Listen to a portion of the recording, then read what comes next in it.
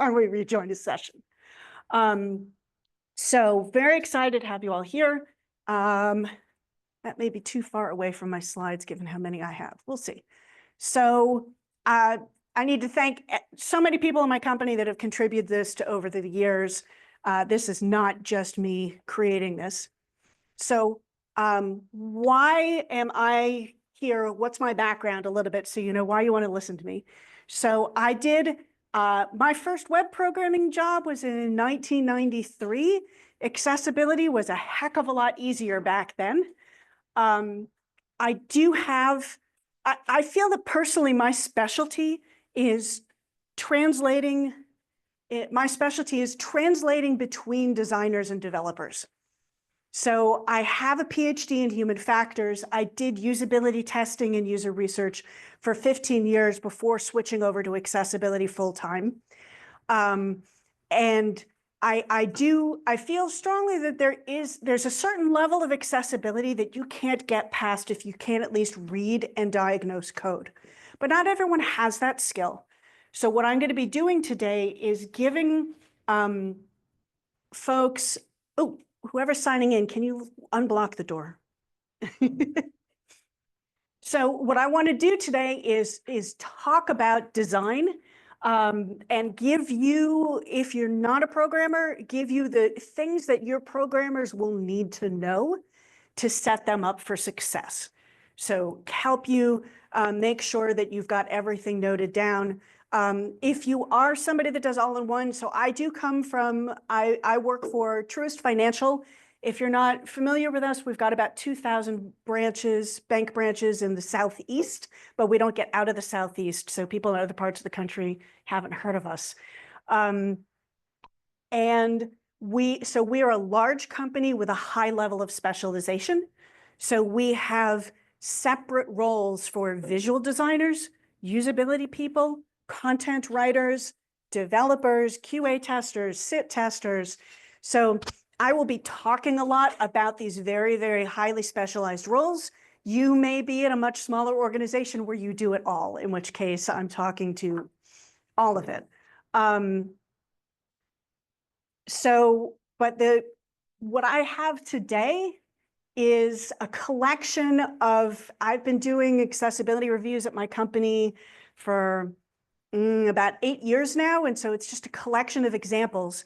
And it's accessibility is so hard for developers that there's actually a lot of support out there for developers. And what this deck is that this deck is all the design stuff that I can't find anywhere else because no one's writing a lot of deep accessibility stuff for designers. You can find a little bit of it. Smashing Magazine has some really good articles. I'll link to those. Boxes and Arrows has some, and like they're little things scattered around, but there's definitely not as much out there for designers. So there is no code knowledge. How many people in here do not know how to program at all? So that's about half the room maybe. So we've got, I'm not good at counting, maybe 25 people in here, and about half the folks in here raise their hand. Do we have people on virtual today? Did any of them raise their hands? Not yet. Okay. So I swear I have, this is like a 180 slide deck. I have 4 slides that have code on them. But for those, the other half of you that do program, if we get to that point, ask me questions. I have my CPWA, so I can't answer code questions, but that's just not why we're here today. So about a quarter of the class is visual design, about half of it is usability, about a quarter of it is content writing. Again, if you're the smaller shop, you may do all of the above. We'll spend, the way that I usually break it up, about the first 2 hours are visual design, and then the last 4 hours, really the last 3 hours are usability and content writing, and then by the time we get to the last hour, we're just going to be having special topics and conversations. I am best at web. I'm very good at web. I am okay at native app. I know nothing about software accessibility. I work for a bank. I have an odd specialization in ATM accessibility. That probably doesn't help anyone in here. I know a little bit about PDF accessibility. So we'll mostly be talking web, and I'll have a few native app examples, but web is so much harder than app. And on the design side, all of the topics are the same, right? So when you're purely talking visual design, web and app actually don't really make that much difference. So a lot of it's just general. All right, I actually already covered a bunch of this. So one of the recurring themes that I'm going to have today is that because a lot of you aren't developers, you may not know the technical limitations of your platforms. And so I'm here to tell you, there's a lot of stuff where it's so easy to just create a design and put it out there without understanding how hard it is going to be to implement.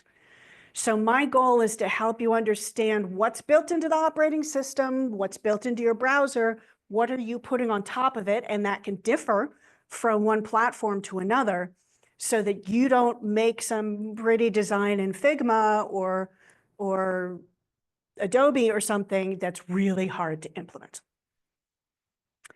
I had to borrow a laptop today, but if I had done that, this is my laptop. Carrie Fishers are usually wandering around this conference, but you can, if you like the kitty cats, you can get them from her site. I love them very much. So these are the main groups of people, users that we're going to be designing for, and I will introduce them as we go along. Again, the first third, we're going to be doing visual design, so we'll be focusing more on the visual issues, and we'll get further in as we go. So these people will be coming up a lot, and we'll be talking about them across. The other thing I should mention, I am quite happy I mean, this is going to be a long day. If I'm talking the whole time, y'all are going to fall asleep, right? I have done this class a lot. I am very happy to have interruptions and questions. I may sometimes, if you're getting ahead of me, I may put you off until we get to those slides, but we should develop a conversational style and rapport as the day goes on. I don't need all of you to talk, but if there are like 3 or 4 people in here that like raising your hand and asking questions, I actually think everyone in the room will be happier. Yes, Louis. Oh, yes. Do you want to introduce the microphone? There are people offsite who are listening to this, and the only way they can hear your questions is if you have the mic, or if Miranda repeats it, which sometimes works and sometimes doesn't, depending on how detailed the question is. So if you please, when you raise your hand, I'll get to you with the mic and then ask your question. If you don't, for a while, I'll start barking. I did this last year and I started yelling at a couple of people because they totally ignored that. If there are more than one person raising their hand, I will try and get to you in the order that I notice. So as soon as one person's done with the question, raise your hand again. But please wait for the mic.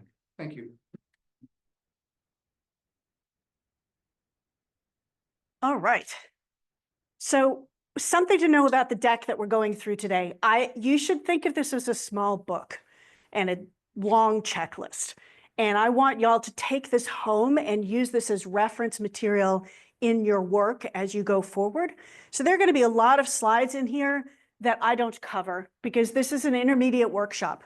My goal is not to bore folks with recovering a lot of beginner stuff that I think most of you should know already. And if you're a beginner person that wandered in any way, that you hopefully will be able to keep up and not get too lost. So a lot of slides in here that are just reference material that I'm not going to go through. So this is going to be the first hour and a half, 2 hours. And we'll go through this 11-point checklist. And then after that, I've got like a 16-point UX checklist, something like that. And we'll stop along the way to do a lot of patterns. So let's get into our first persona is Mark. Mark is colorblind.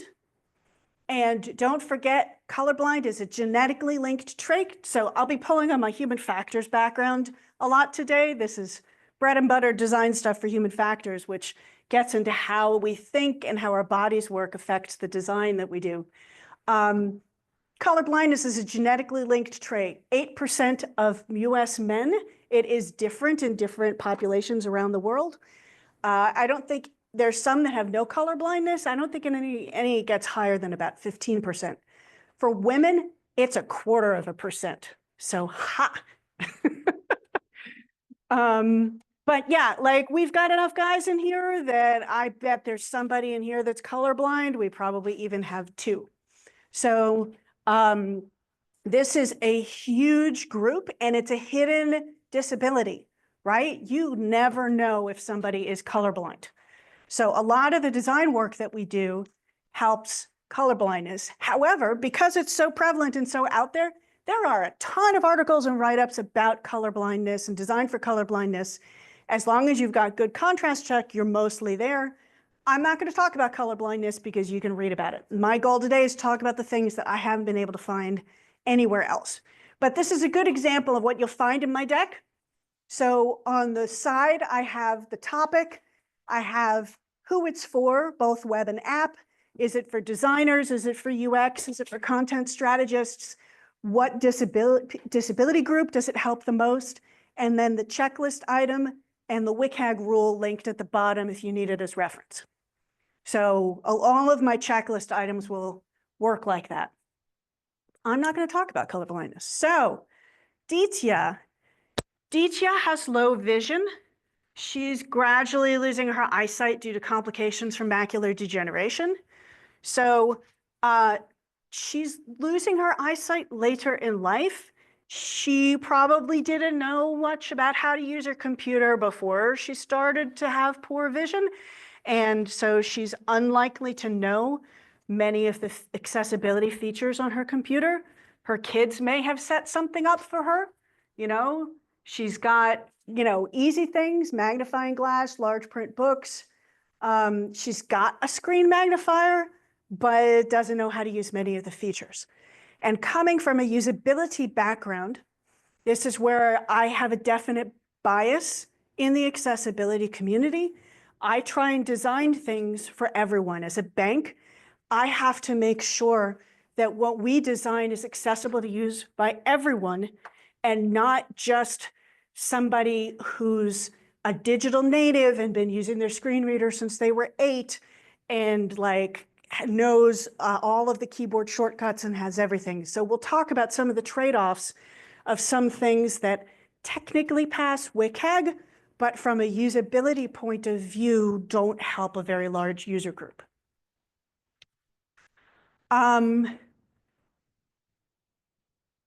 So contrast helps both of these, both Mark and Ditya. There are a ton of contrast checks out there. It's a very cut and dried area. I don't care what color contrast checker you use. WebAIM is a very simple one. I like it because it has a permalink. So once you've checked a contrast pair, you could get a permanent URL that you could put into reports, which is very helpful. I also really like 8Shapes. 8Shapes is great for when you've got a color palette and you want to check which combinations of colors can be used with each other. And it also has a permalink, and that permalink will save all the colors in your palette with their names. So that's really, really helpful. I have this, these are our brand colors. And I keep this permanently bookmarked to send to people to give them a very quick cheat sheet of which combinations of brand colors they can use. Yes, Sam. Just out of curiosity's sake, where does the name 8Shapes come from? It feels like that might be relevant or interesting. I'm not sure. It's where does 8Shapes come from? It's a consulting agency. They helped us design our design system. I don't know. Not sure. The one thing that I am going to mention related to color contrast is that there is a huge difference between points and pixels. And you need to know which you're working in. Because if between the designers and the developers, if one of you is working in points and one of you is working in pixels, you can really get into trouble. That's just like a one-time check to make sure that everyone's on the same page, and then you never have to do it again. But when we were using Adobe XD, we were having problems with that because the designers were working in points and the developers were working in pixels. And so the designer's text was too small, and we were having contrast problems in those intermediate text sizes. We haven't had that problem since we switched to Figma. All right, so where I get more excited about is the newer things for non-text contrast. I feel that that's a much newer area of accessibility. People don't know about it as much. We have an internal truest rule for non-text context. We go beyond what's required in WCAG, and this is a new requirement in 2.2. 2.2 is all non-text content is 3:1 contrast ratio. But there was an early draft of 2.2 that made a distinction between thick and thin that I thought that was really good. And the truest way is that we always do that. So what I tell my designers is if you've got fine lines, it has to be 4.5:1. And if you've got large areas or fills or chunky lines, then it can be 3:1. So then it's making a design decision about, do you want a fine line that is darker, or do you want a paler color that is more thick and chunky? And I leave that up to the designers. I don't care. And why that is, it's because of anti-aliasing. So if you have something that's really fine, if you get it at an angle, you get it at a curve, you get it at a different zoom level, those pixels get spread out, which is why you have the contrast ratio. Like in theory, it should be dark enough to handle that. But when you get these fine lines for the non-text, like they could just disappear when they're anti-aliased out. Same thing for ultralight fonts. Ultralight fonts are evil unless they're huge. So I tell folks that you need at least 2 pixels thick, because then you're guaranteed to get at least 1 pixel at full saturation. So let's talk through some examples. So we went through, I worked for Truist Financial, merger between BB&T and SunTrust about 4 years ago. I was then lucky enough to be there when we developed our new branding. And so in the early days when we hired some fancy dancy marketing company to pick out all of our brand colors. And in the early days, we didn't know how to use all the colors they'd given us. So they gave us this sky blue accent color that we started using for all kinds of non-text content, and it totally doesn't pass contrast checks. We also got this paler purple here, we call it dusk. Dusk passes is in between, it's 3.5:1. And so we let people use it for chunky lines, but not fine lines. So we had to decide for the underlines for our tabs, are we going to go with a very dark underline that is fine? Or do we want to use a lighter color, but then a thicker underline? The other problem you have, so that sky blue works great in dark mode, right? So it was no problem there. And again, the same thing, people for some reason wanted to use, like in the early days, people were using the same color in light mode and dark mode. And that causes all kinds of problems because it's very, very rare that you can get a color that contrasts against both white and black. Very hard to find it. So we'll talk some more about light mode, dark mode translations. This is a new example I've had. It's a lot of detail. I'm not going to go into all of the detail, but a lot of the time I get people saying, well, Google does it. Can I do it? This is a recent redesign of Google Maps within the last year. And I want to point out, so you've got all of these buttons with timers, right? They put up a dialogue with a timer, and the way that they do the timer is the color washes across the button. And that's a big fill, right? Like that's a large space, but that needs to be a 3:1 contrast ratio, right? And so in light and dark mode, that accept and the dismiss button, they failed on both of those. What was interesting to me was that they also have another one where it goes in a circle around the X, and that one passes in light mode and fails in dark mode. So people didn't look at all of the situations and fully map out all the colors that they were using. And there is no point in adding something to your user interface if it's not accessible, right? So this should have all been checked. Yes, question here. Just to check, so are you able to upload photos to WebAIM to check these ratios? Is that what you did here? Is it just the color or is it also the line thickness? So WebAIM only works on hex values.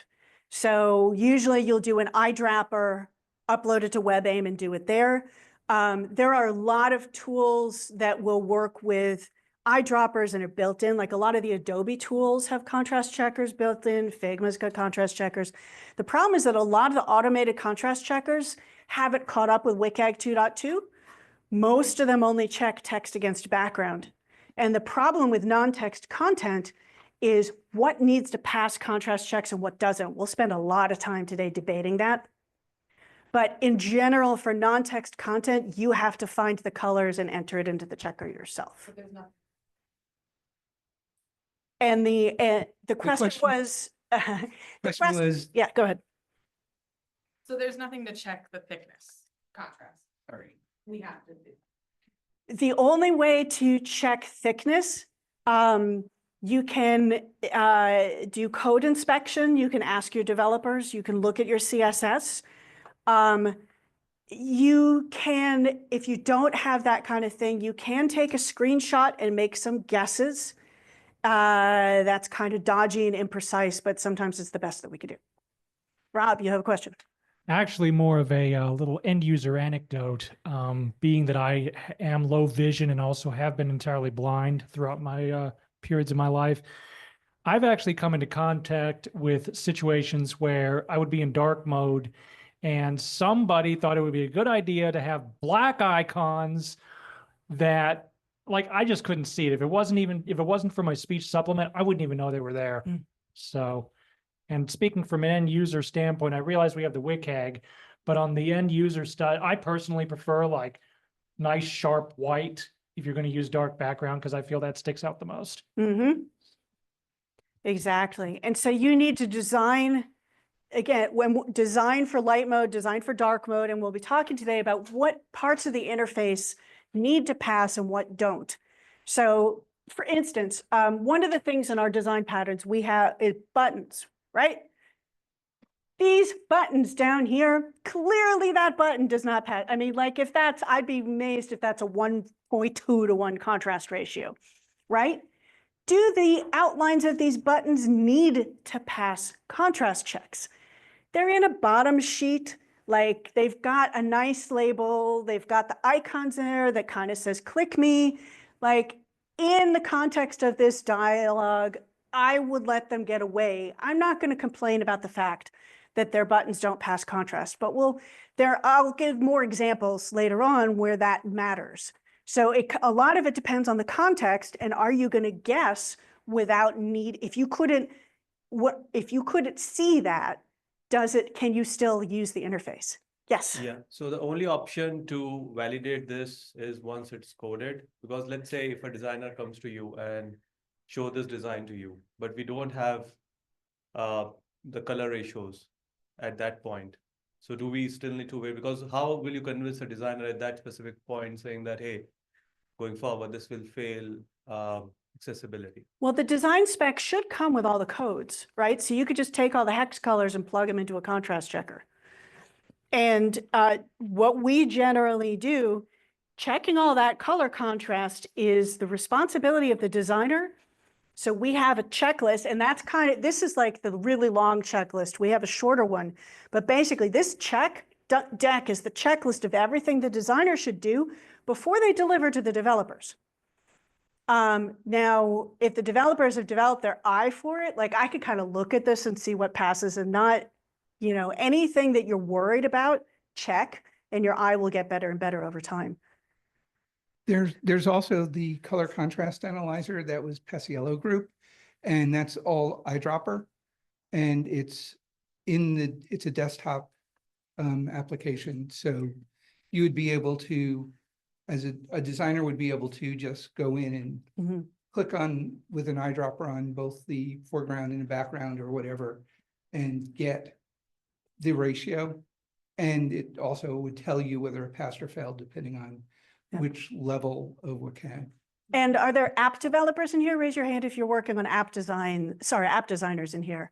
I've got one hand back, two app, not as many app folks. There are some app contrast checkers that work off screenshots. And so you can move your finger around and pick your 2 pixels that you want to check against each other. Yes. Well, Lewis just touched on what I was going to go ahead and say. The thing is, on WebAIM, they also have the WebAIM wave extension from Chrome and Firefox. Mhm. And the thing is, it has a color analyzer, and you can even adjust the colors to see if it passes or not. Excellent. Yep. Thank you. All right. Guideline number 2, white space and layout. So this is from a usability test that I ran back before the merger, BB&T. And my participant had impaired vision, but was not fully blind. And during the usability test, this modal dialog popped up, and my participant told me that he could not tell where the boundaries of that modal were. It's so busy, everything runs together, there's no distinct outline, there's no white space. And I've done a crude simulation, so a Gaussian blur it's a cool thing to use in presentations with your product partners and your managers to kind of give them a general idea of why this is way too busy.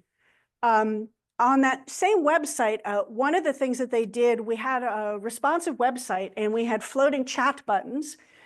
And they didn't want to reserve enough room for the chat button so that it was always completely off the side of the page.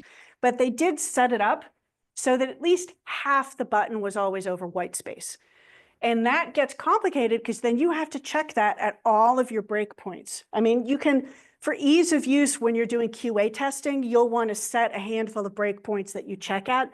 But when you're creating, this chat button is, this is on websites used by millions of people. So we had to make sure that we had a design that was rock solid, right? So you want to check, take that browser window and bring it all the way in and out at all the different breakpoints. Can you still see it against the rest of the page?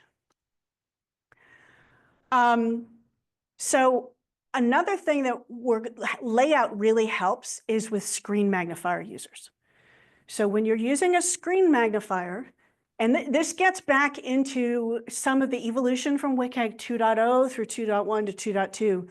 The early days of WCAG, and I started doing accessibility stuff with WCAG 0 point something, maybe 1.0, was designed for the groups that get hit hardest, people that are fully deaf, people that are fully blind. And then over the years, they've added in more and more for people that are low vision. But again, it doesn't get talked about as much. So one thing about a screen magnifier is they're only looking at a part of the page at a time.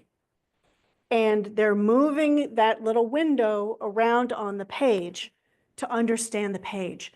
And so layout and proximity are really, really important for screen magnifier users. So I want to talk about that in the context of columns. So I work for a bank. This comes up all the time, but y'all probably run into this in any kind of, label value pair in settings. So in here, I've got the accounts on the left with a little bit of explanation, a balance on the right. And at the request layout, you want to make sure that they're close enough together that, again, if you're moving that small window around the page, that you can connect the left side and the right side. There is no rule on this, which really annoys my WCAG purists on the team very, very much. My general guideline is about 2 inches. You have to sort of eyeball it. Does it look like one thing? Does it look like 2? How far apart are they? But this definitely fails because they're so far apart, you can't connect the left side and the right side. So it also varies a little bit when you've got double columns. You then have to compare also the interior white space to the exterior white space. So here we've got a pair of columns on the left and a pair of columns on the right. And it looks like the 6,000 goes with XXX instead of credit cards because there's more interior trapped white space than there is white space between the left pair and the right pair. And I totally know how this happened, right? So we let people set nicknames for their accounts, and the nicknames for an account could be 5 letters, and they could probably go up to, I don't know, like 100 letters. And so we don't know how long those are going to be. And so this is now a design decision. What are you going to do if they are long names or short names? And if you tighten up and get rid of all that white space, now you have to deal with the fact that you've got a wrapped line and things are going to get taller. So it's kind of this trade-off. So when we make cards on our public homepage and we have a list of accounts, like we have a checking account and a student saving and a senior account, right? Those only change every couple of years. So we can design specifically for that. But in this area where we have dynamic text that we don't know how long it's going to be, we have to do something different to make sure we don't end up with this. So when you get to mocking up your designs, you have to remember, if you've got dynamic text, what does it look like with light text? What does it look like with heavy text? And is the page still understandable in both scenarios? Let me get into this example a little bit more. Well, okay, so this is pulling on my human factors background again, and it's the way the eye processes information.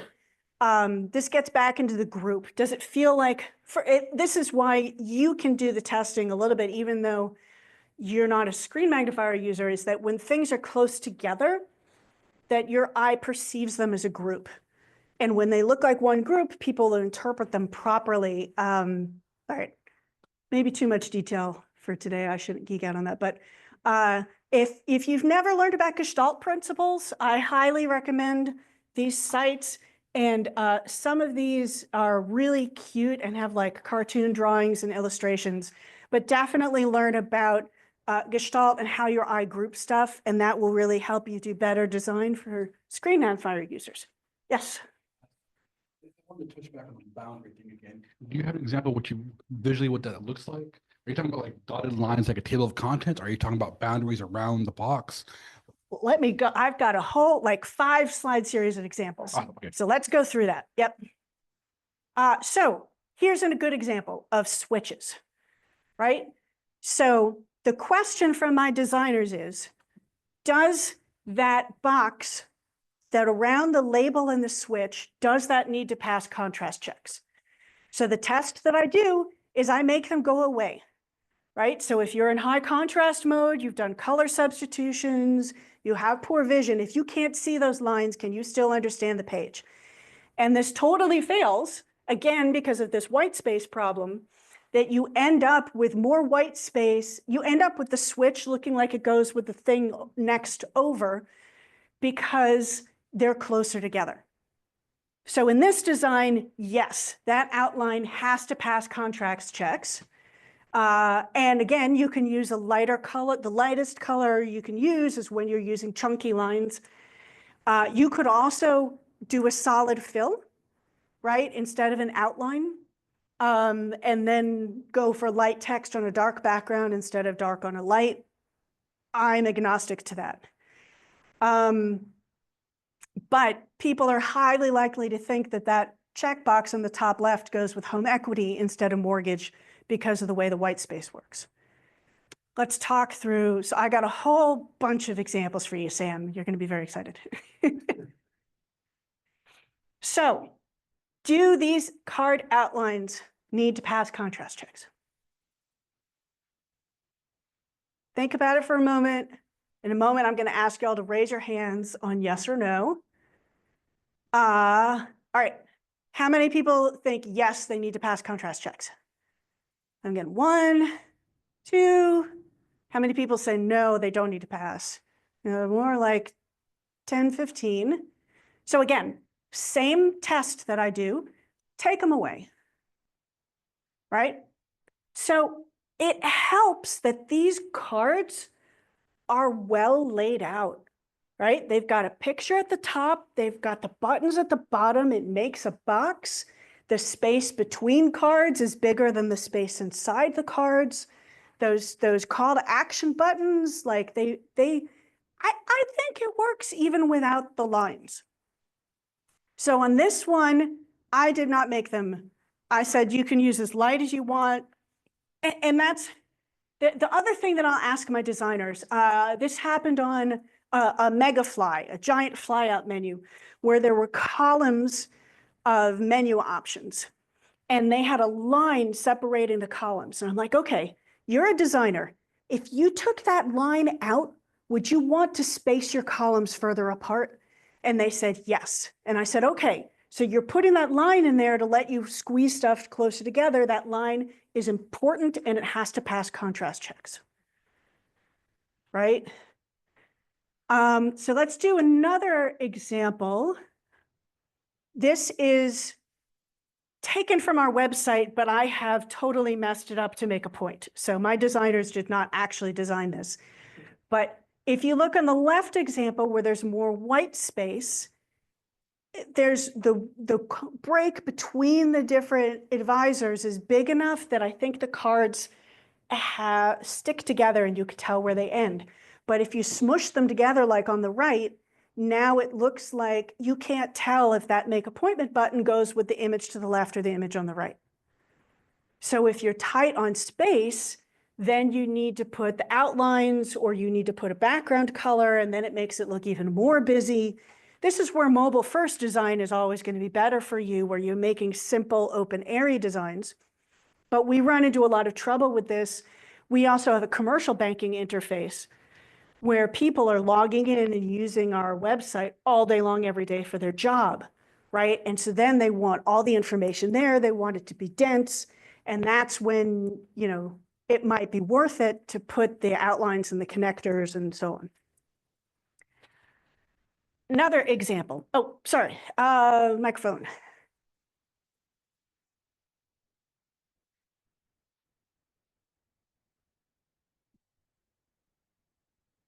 Just a quick question about the magnifier you're using in your examples. Is that size of the magnifier pretty standard, or do users have the ability to increase or decrease the size of the magnifier?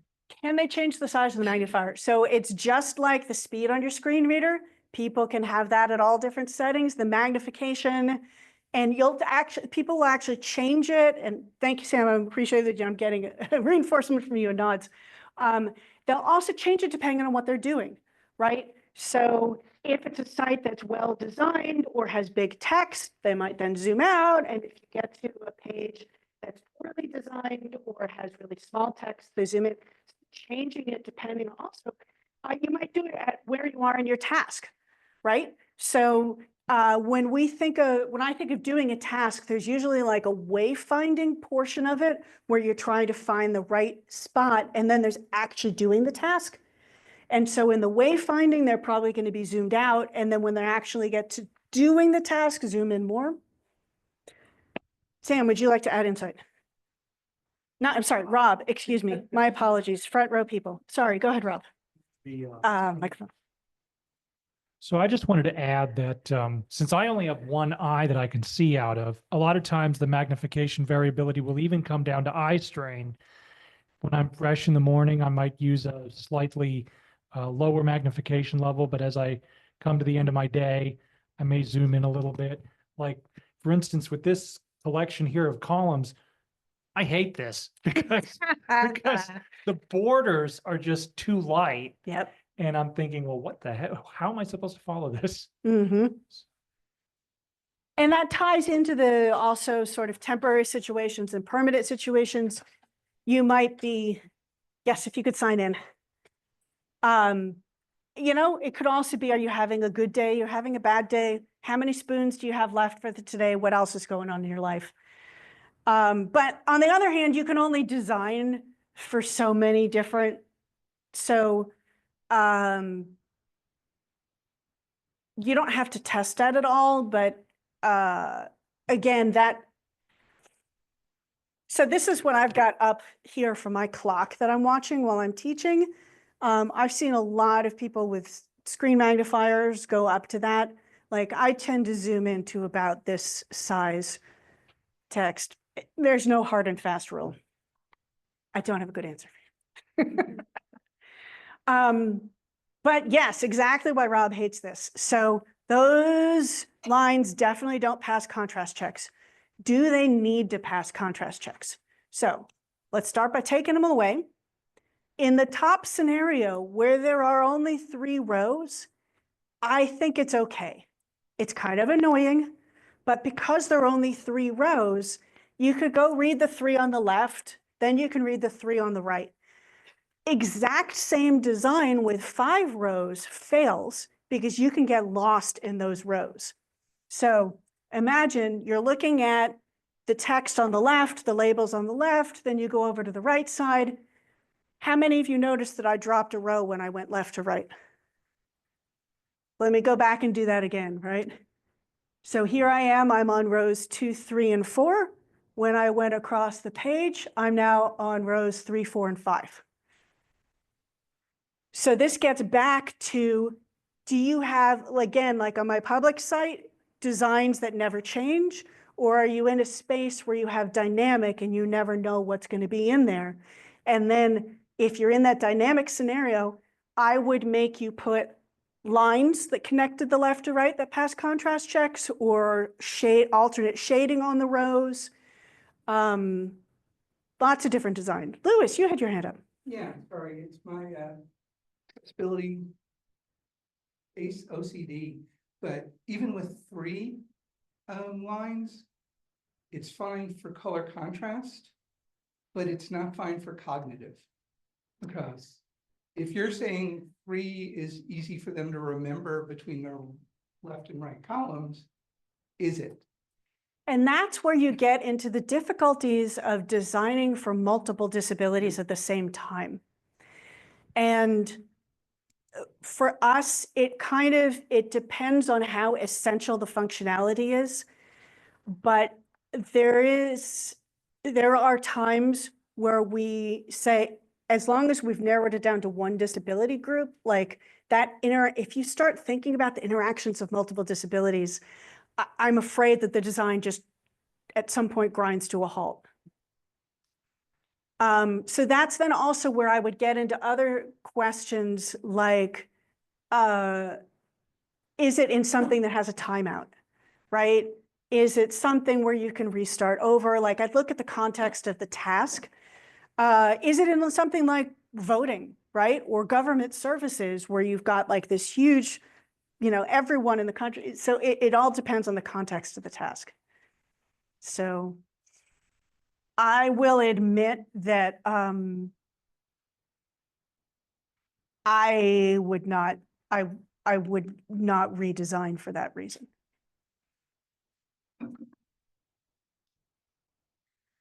Now, we've talked about the up-down. What we haven't talked about, again, is the proximity and the fact that, again, it depends. Are these always going to be in a single column? Or are they in a single column when you're a narrow screen, but then they get into the double column when the wide screen? And we definitely have a problem now that the numbers from the left pair look like they go with the labels from the right pair.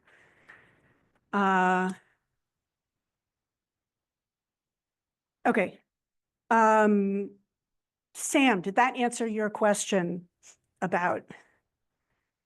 So again, think about your responsive design, and you can't always make sure that you're looking at your layout in mobile and in desktop and with a little bit of data and with a lot of data and what happens in all of these different situations. Another area that we fight about a lot is, do buttons need to pass contrast checks? Does that shape of the button need to pass contrast checks? So coming again from my human factors background, something that I'm very concerned with is cognitive affordances. Cognitive affordances are the design of something so that the look of it tells you what the functionality is. And so I want a button to say, click me.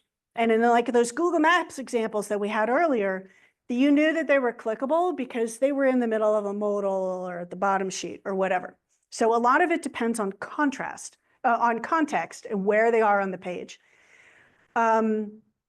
So in the top example, we've got a primary call to action and a secondary call to action.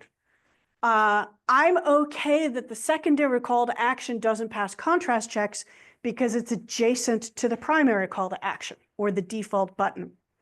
The problem now is that we have this other button in our design system, and our designers will use it everywhere because they like it better because it's more subtle. And so I'm constantly yelling at my designers that you can't use this subtle button design all by itself. It's only there when it's next to a more emphatic button. I'm also fine with an arrow icon. A lot of icons say click me, right? And I've got an example here that I use for my team. Arrows, chevrons, some of these standard, but the more that you've custom designed an icon, the less likely it is. This is where our research team can help out the accessibility team. We can do, we have our own survey panel that has about 1,000 clients and 1,000 non-clients in it.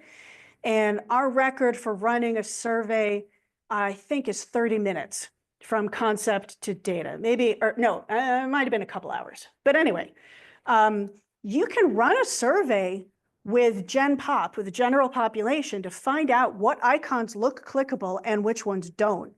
And then you can bless in your own patterns what icons. But so like in this Zell example that I've got here, those cards are huge and they kind of just look like cards, even though they don't really look like clickable buttons. So I made them add that icon so that people knew that they were clickable. Now, the other way is from location on the page, right? So everybody knows that on a website, everything in the top band is clickable, everything in the bottom band is clickable, most likely. So I give a lot more leeway in the header and the footer because you know that they're clickable based on where they are in the page. So this gets into, so we have in our design system, we have 5 different designs of buttons, 2 of which pass contrast checks, 3 of which don't. Yes, I got a question here. For the, excuse me, for the Zell example, Yeah. would like a hover feature solve that issue? Like when you Can hover over everybody it, use changes a colors? mouse? Okay. Also, touch screens, right? Touchscreen users can't hover. So I get that question all the time. The other thing is that hover only helps once you've put your mouse there. And if there's no cognitive affordance that says it's interactive, why would you ever even think to hover in the first place? So no, I do not give any credit for hover. You have to be able on page load in the default state, know that it's clickable or interactive. Louis, we got a question back there. Speaking of that, does the hover work with the magnifying? Like if you mouse over it to magnify, will you get the hover state? You end up with interesting mouse interactions because you need to use the mouse to, so I've got that window and I use my mouse to drag the window around. So it's very difficult to get the hover in the right spot while you're also using the mouse to move the window around. And in fact, hovers can be awful for, so the worst is fly out. Rob in the front row is cringing here. Fly out menus, right? So you're trying to get something just below the header, right? So you're using your mouse to move that window around on the screen. Soon as you hover over the flyout menu opens and covers the thing that you're trying to get to, right? And then you have to go search around this giant megafly and figure out, is there an X? Do I click off of it? Do I re-click the trigger? So hovers, so in that case, automatically opening flyouts, please, please, please at least put, I'm forcing my developers to put in a 1/4 millisecond delay onto that. And I see your, so you can come down here. Let me finish this point and then we'll come to you. So what we're trying to balance is this, again, back in my human factors background. So there's how many milliseconds of reactivity do you need to know that I did an action and that was the reaction? And if it gets over more than 1/2 millisecond, you definitely don't connect the two. And quarter is a little bit dodgy. It would be better if it's shorter than that, but you need at least a little bit of like a quarter millisecond delay so that people don't accidentally open stuff as they're going by. But originally my designers hated it because the developers just picked a number and they put like a whole second delay in there, and it just no longer felt like when you hovered it opened, and no one ever discovered it. And we backed off of that. Yes. And I did want to add to that, something else to consider. If you guys have an app that has like those little hovers that where it gives you like a little direction or a little text box or something, trouble is that opens.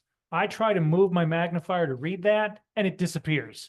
So now it's a sort of a struggle between trying to get that to show up and trying to read it. So. And so the hovers, if you do have information in a hover, it has to be persistent, which is why if you have on like a flyout menu, you need to be able, you can't have both a hover do one thing and a click to do a different thing, because you really need to allow someone to click on it, to open it and have it stay open so that it can stay open and they can read it while they're moving their mouse elsewhere. The other thing there, the flip side on the hover is that, and I remember a long time ago seeing an example of this from Kickstarter, that they had all of these cards for campaigns that you could contribute to. And in order to let you know that it was clickable, when you hovered, the whole card got covered with this like green overlay. That was this huge click me, but then as soon as you hovered your mouse over it, you couldn't read any of the text because that green overlay was so dark, you couldn't read any of the text anymore. So your buttons have to pass contrast checks in both the hover and the unhovered state. So the point that I was making though was on our design system, we have in the design system, we have these like light, subtle, and minimal for when we have good icons or they're next to a heavier button or a good place on the page. My designers reuse them, overuse them all the time, and it's a constant battle. Yes. Yeah. Can we go back to the previous slide? Yeah. So over here, right? I mean, over there it says board alone is not enough. I agree on that, but that is more of a usability part, right? It's not failing any of the VCAG, because VCAG says that if you have bold to distinguish between links, it's fine. I agree that icon should be there, which is more effective, but sometimes teams just go with the bold. So do you convince your teams on the usability part, or you like, how do you convince them to have these icons? I've had many hours of discussions about that one, and there is,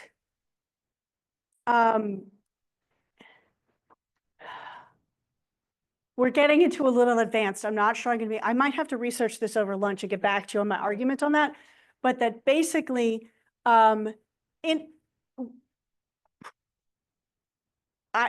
it's the same reason why we underline hyperlinks, right? That you just, and if it's not a WCAG, serious WCAG, it depends a little bit. Are you going for minimal or are you going for understandable?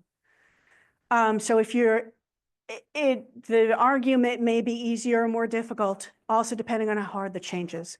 Let me research you and get back to that, because I've come up with an argument on it, but I don't have it on the top of my head.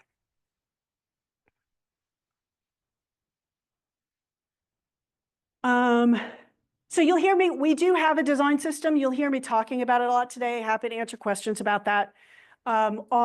We have 3 versions of the design system, one for Angular, one for web components, one for native app.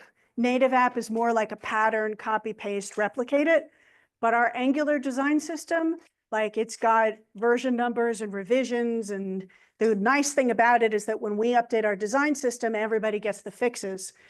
And so when we do handle all of the CSS and all the styling for you. And so as long as you're using the design system, it's a lot faster to build. So I'll talk some about the trade-offs of the design system and what you lock down and what you don't as we go along. So quickly go back to the Google example. Now, again, this is not their whole palette. I'm just seeing things that I see on my drive to and from work in the morning, right? So they've only got 2 buttons, and their second button really probably should be down what we would call tertiary, because the outline doesn't pass. If they want a difference, because we wanted a difference between a primary and a secondary that still passed contrast checks, we use the fill and the outline. And then for the tertiary, we've got one of the more subtle designs on that. So you want to make this palette to help the team in all of these situations and thinking out ahead of time.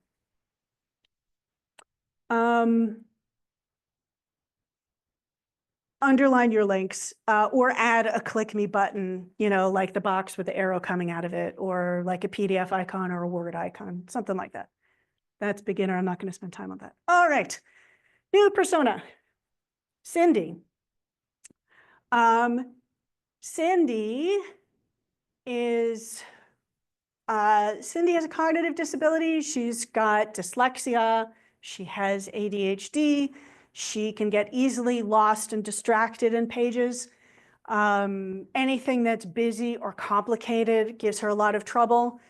So she may sometimes need to have coworkers help her do tasks because it just gets too much. So that's again where mobile first and simple designs help.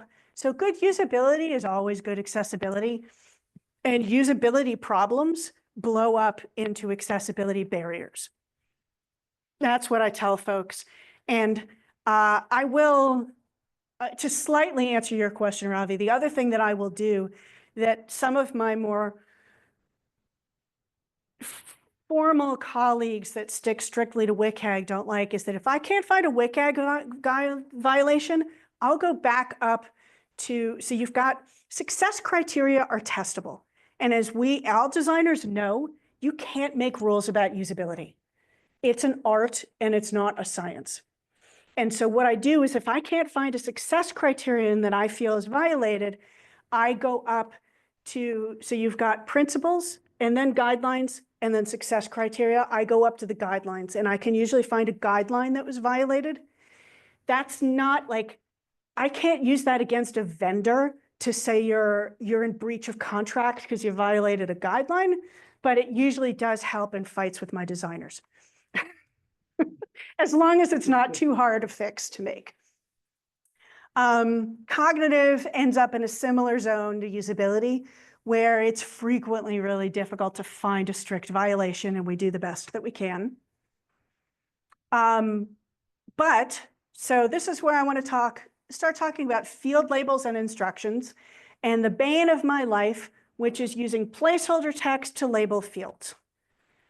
And this is one where screen reader users actually have an advantage, right? Because that screen reader label is there regardless of whether you've got the field focused or not. So this is really people that are relying on vision that are having a trouble with this.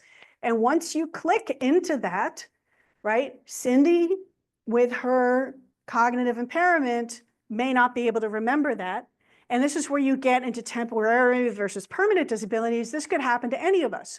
You click in that box and the phone rings or your kid tugs on your sleeve, right? And you come back 5 minutes later, are you going to remember how to use that field? So those labels and instructions always has to be visible. There are 2 ways that you could do it. So that magnifying glass is enough of a label for the field, right? You don't need a text label for the field, but what you need are the hints, the city or zip code. So our pattern is that hints go below the field and they get put into the description, the ARIA description as opposed to ARIA label. It's not a hard WCAG violation, depending on how long it gets, for that hint to be part of the label. If somebody put search by city or zip code and that was all in the label, I don't think that I could fail them, but I would tell them that I didn't like it. And it gets into the semantics of how a screen reader user works. And I'll get to that in a moment. But so here's another example, dates, right?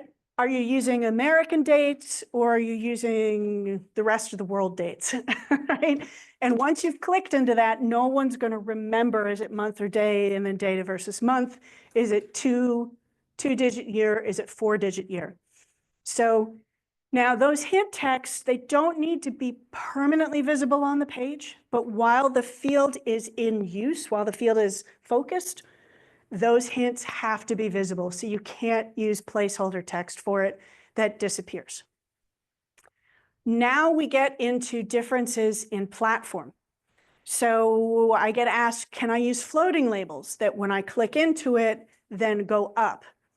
That is native on Android, and it's not native on anyone else. So be very careful using that anywhere except Android. The other thing is that we get into this problem a lot in banking because we have a lot of long forms, lots of fields, and users are trying to figure out, have I filled out everything in the form?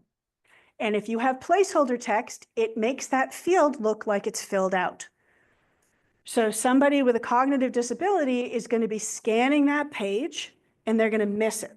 Now that's a low severity violation, right? Assuming you've got good error checking, they miss it the first time through, they hit the submit button, it flags the field in error, they go back and fill it out.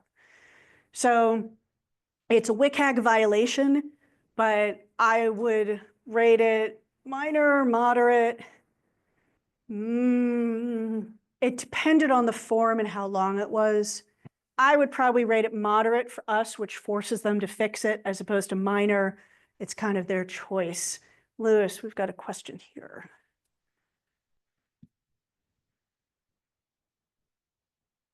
I'm trying to recall, isn't there kind of a rule of thumb for how many form fields you put on one page in order to kind of combat that?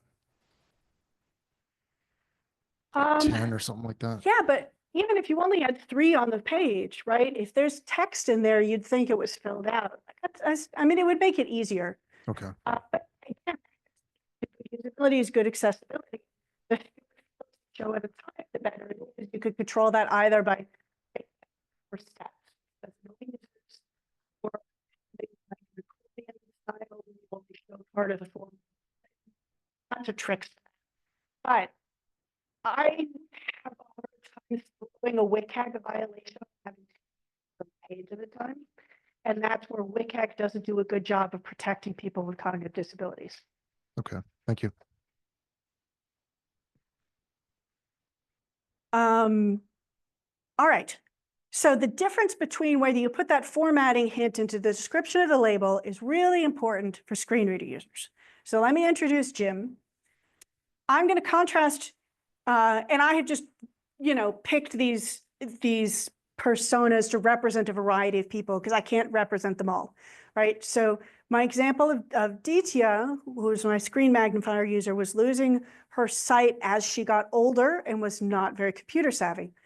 Jim, my persona for someone who's blind, has been blind almost all of his life, has been using a screen reader since he was in middle school, knows all the shortcuts, knows all the features, gets very tech savvy, and actually gets annoyed with me when I don't use all the stuff for the screen reader users. So I get screen reader features. So I get a little bit of a conflict because Jim is an advanced user that knows what I should be doing and can take advantage of it, as opposed to a lot of the people that I bring in for my usability tests who, again, lost abilities as they got older and are very novice assistive technology users. So when a screen reader is reading a field out loud, it varies a little bit based on the kind of field, but generally what you hear is you get a label, a role, sometimes ARIA traits. ARIA, accessible, rich internet applications. It is extra stuff you can add into the HTML that gets ignored for most people, but helps screen readers speak out loud more coherently. We won't talk about ARIA too much today, but again, I've passed the WS. I'm happy to talk about it if people have questions. So if there's a description that gets read out loud, and if there's a value, it gets read out loud. So when this field is blank, what you might hear is label, edit. So label is the label. Edit lets you know that it's a text field, so that acts as the role. Whatever the hint text is, and then blank because there's no value there yet. Once you have added typed in text, you would hear label, edit, hint, and then text. And so this is where, does my next one have this with the date? Yes. So this is where you get into the semantic differences between putting that hint text into the label versus the description. So you get date, edit, MMDDYYYY blank, which is properly structured semantically. It sounds better to an advanced screen reader user to have the label separated from the instructions. For the other thing that happens is screen reader users can pull up a list of all the form fields on the page. Only the label gets included in that list and not the description. Which honestly, if you're trying to find a field on the page, you don't need the formatting hint until you get to the field.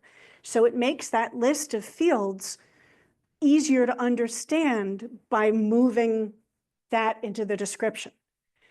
This is where when you're trying to make fields unique, right? So if you've got a bunch of fields on the page that are very similar, like maybe for me, I've got a primary applicant and a secondary joint applicant, and they both have a first name and a last name.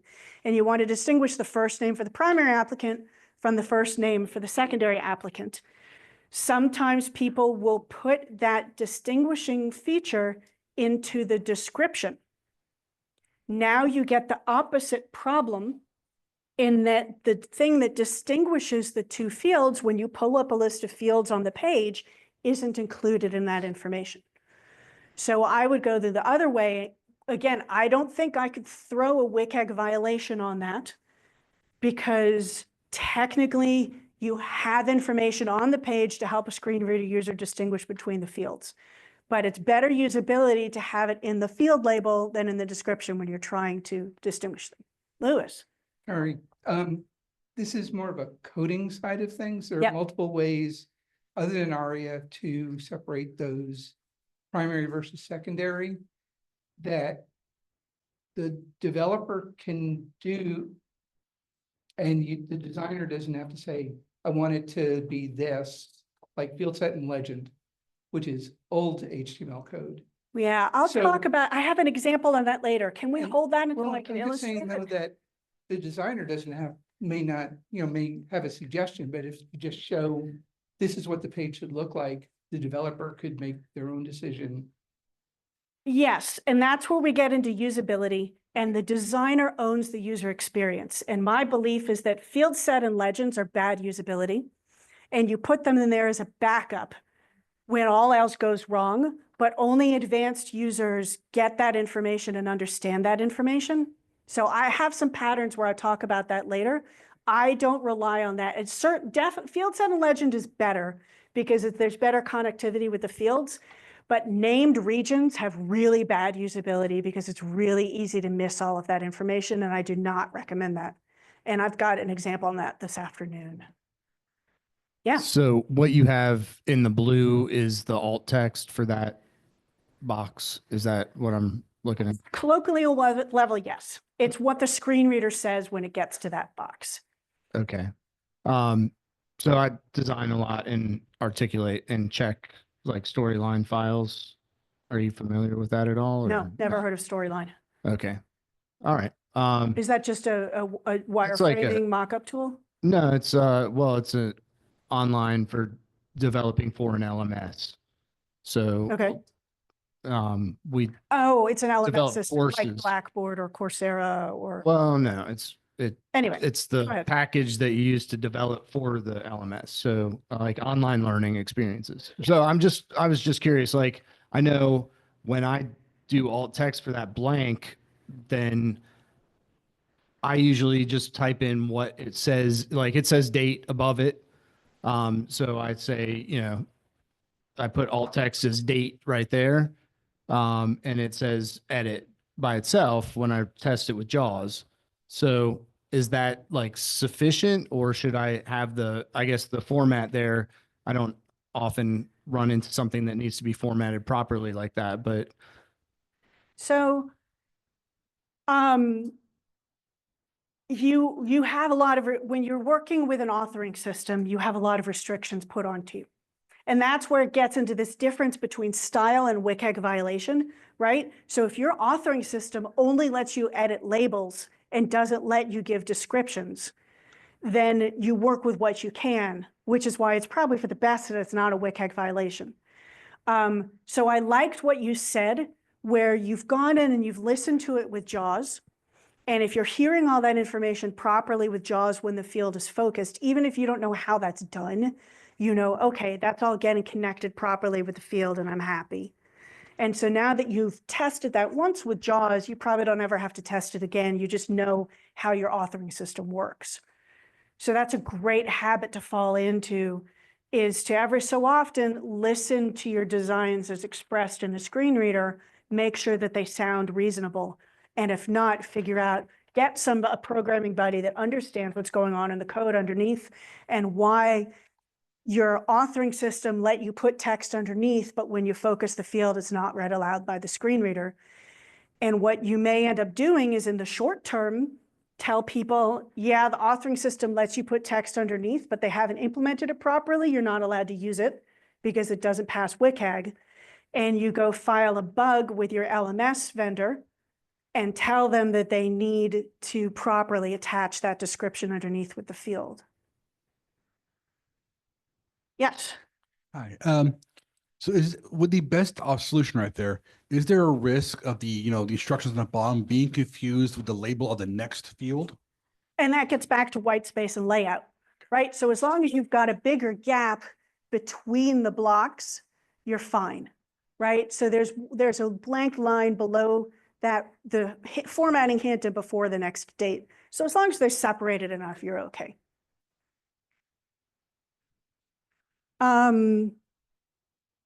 So I'm about an hour 15 into a 3-hour session, which seems like cruel and unusual punishment to make people sit here for 3 hours straight. Should we take maybe a 10-minute break and come back at 10:30 and we'll dig in again? All right, microphone is back on.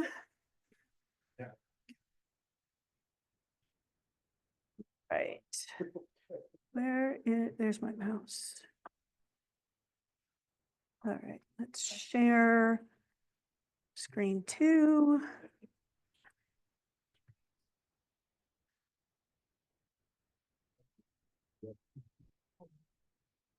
All right, I'm going to try and move a little faster through visual design stuff.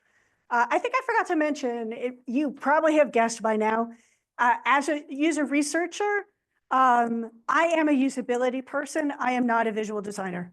So if there are any really good graphic designers in here, I apologize to you today.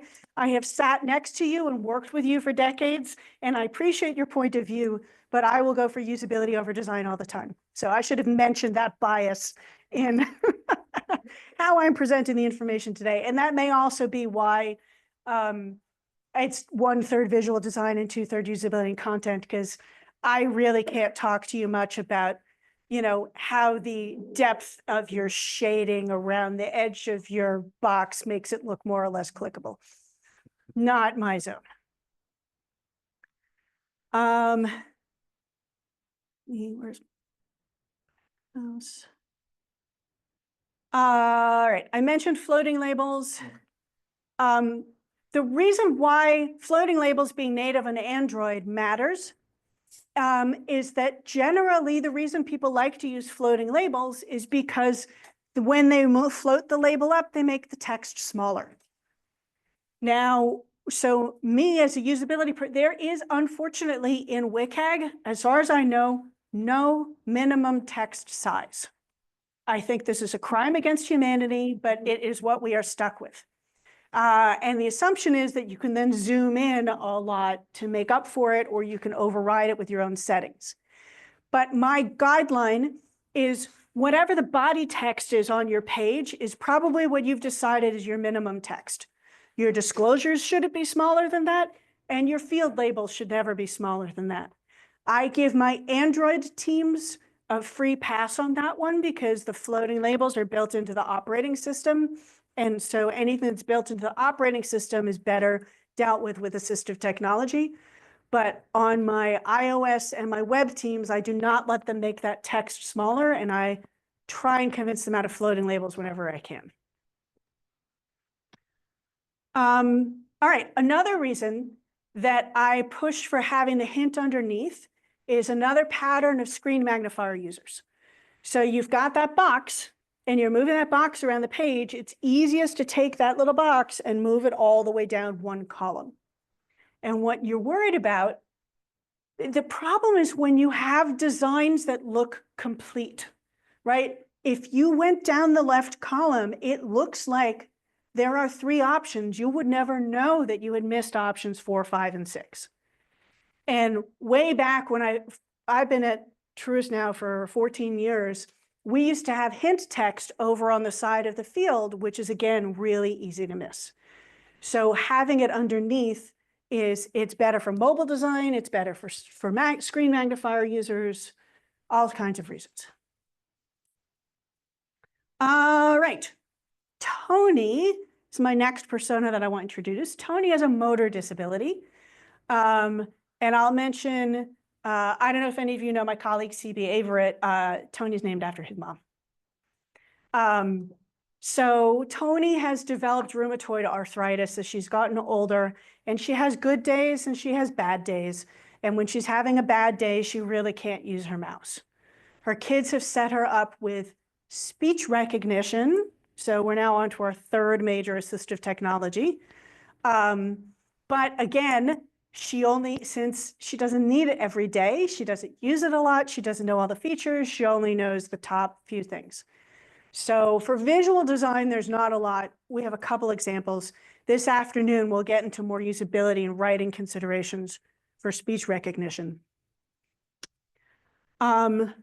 So for Tony is now a keyboard user. So she's a keyboard user with full vision, right? So remember, keyboard helps screen reader users that are blind, and it also helps people that can't use a mouse.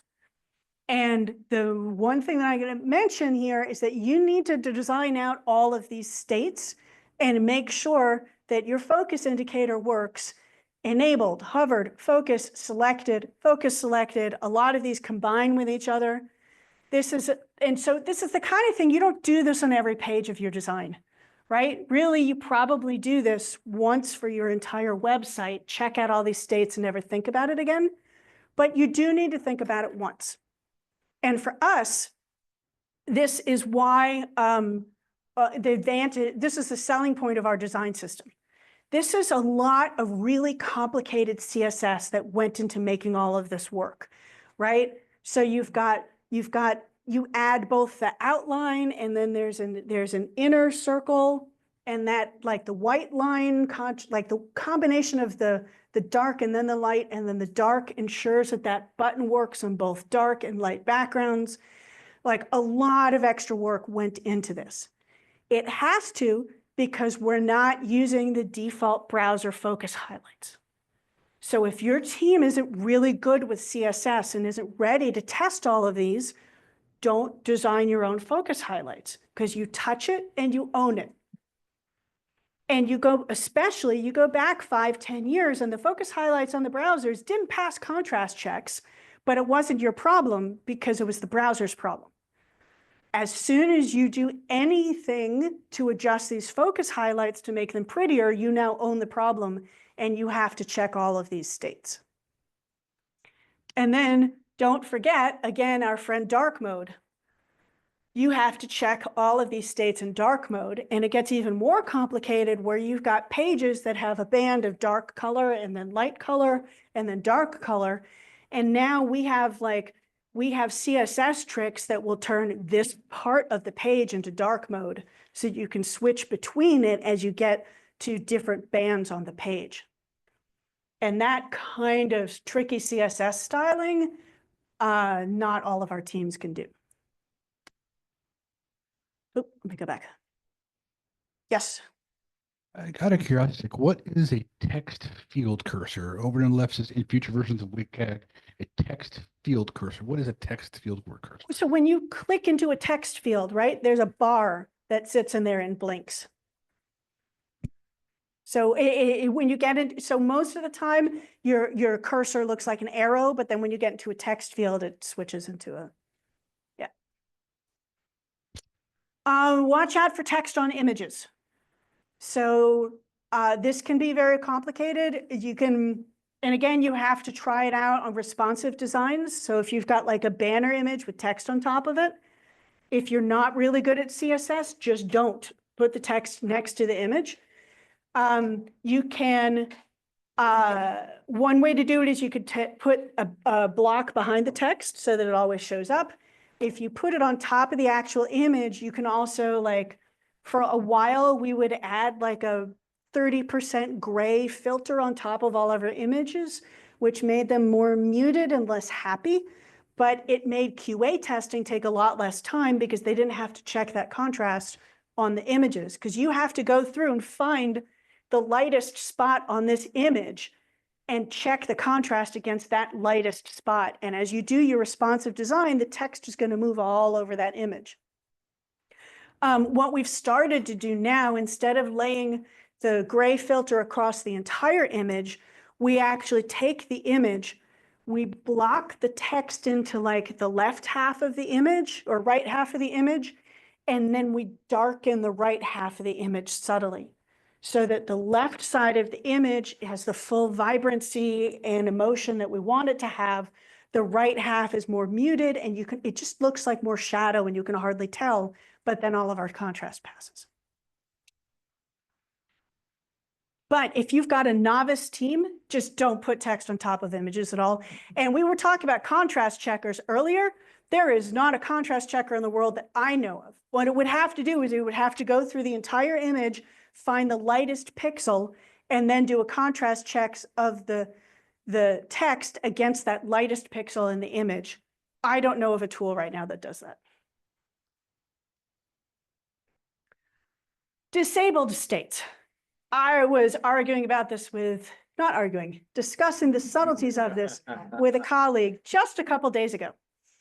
And so the argument is WCAG gives an exception for default states. But disabled states. Disabled states frequently perform two functions, right? There's an action that you can take, and then sometimes they also convey information. So for instance, if you have a checkbox that you can't change because you don't have admin rights or you haven't elevated to admin rights, having the checkbox there but disabled lets you know the value of the checkbox and the fact that it is checkable if you had. That exception for disabled states is written assuming that when they're disabled, they don't matter and they're not conveying information. If they convey information, that information is not accepted. The exception for disabled states is for letting you know that it's clickable, letting you know that it's interactive. But if it's conveying information, that information needs to pass contrast checks. It is impossible for it to pass contrast checks and still look disabled. We have run usability tests on this. We can't do it. And we run into trouble a lot of the times in our usability tests with a more general population that we see people pounding on this as disabled buttons, trying to submit them. So just don't, like, the truest way of doing this is we just don't use disabled items. If you've got use a read-only text field and you put the little lock under it, just put the text there with an edit button next to it. For a form field, instead of having a disabled button, have an active button that triggers the error checking.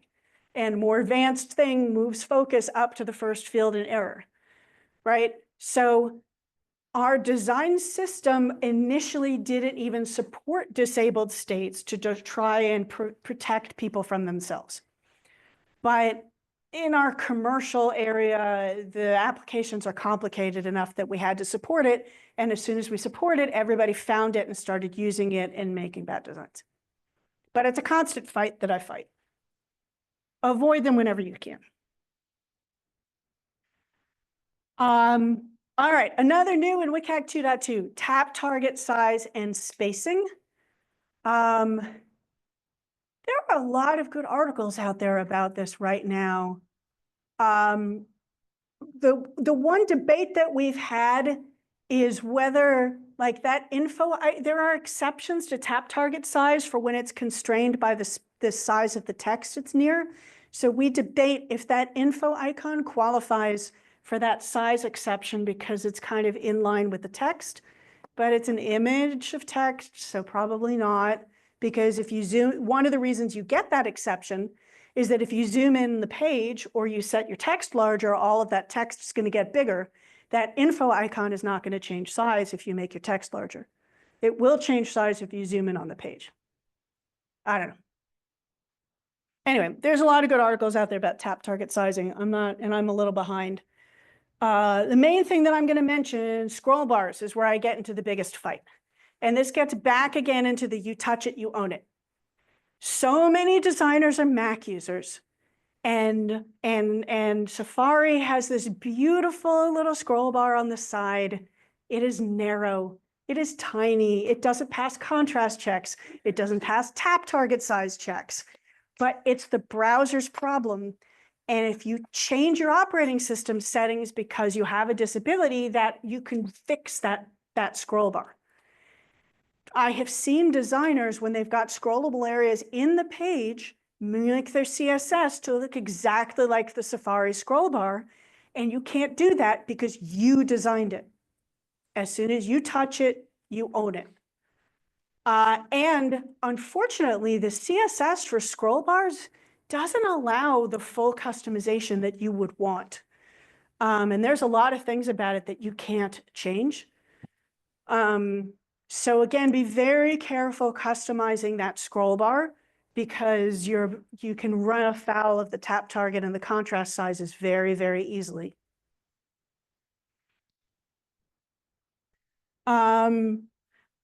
Another example, so this is actually from the W3 Schools implementation of scroll bars. And you'll note, so there's on the left side, there's a double scroll bar, and then I went into high contrast mode in Windows, and that second scroll bar disappeared. My team has debated this. We don't think that high contrast mode testing is strictly required by WCAG.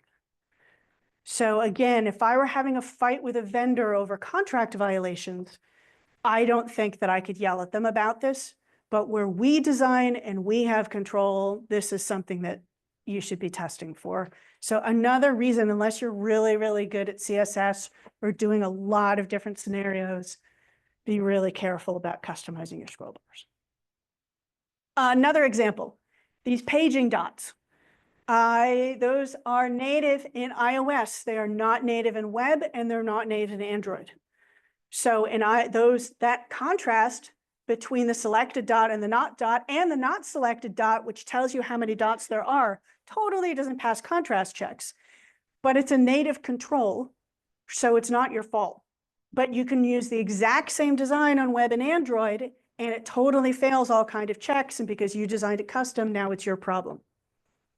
So you have to know the underlying capabilities. What we have done when we design our own custom controls is that we add the left and the right arrow to either side. And so that left arrow and the right arrow, they're big, they pass contrast checks, they're easy to tap.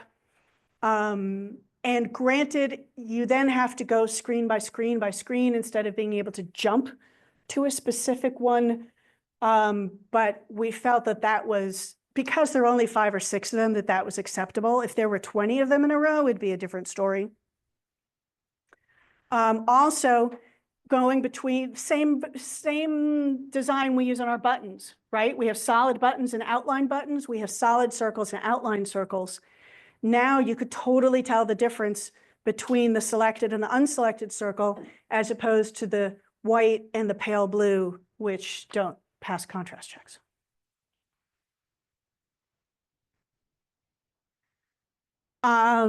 Again, this has been written up a lot more, so I'm not going to go into too much more detail on it. I do recommend Adrian Rosselli's bookmarklet that turns your cursor into a box that you can put up on the screen to check target sizes. Somebody was asking earlier about how you check the thickness of your lines. You could probably get one of your developer friends to write a bookmarklet for you to do that. Not my skill. Typography.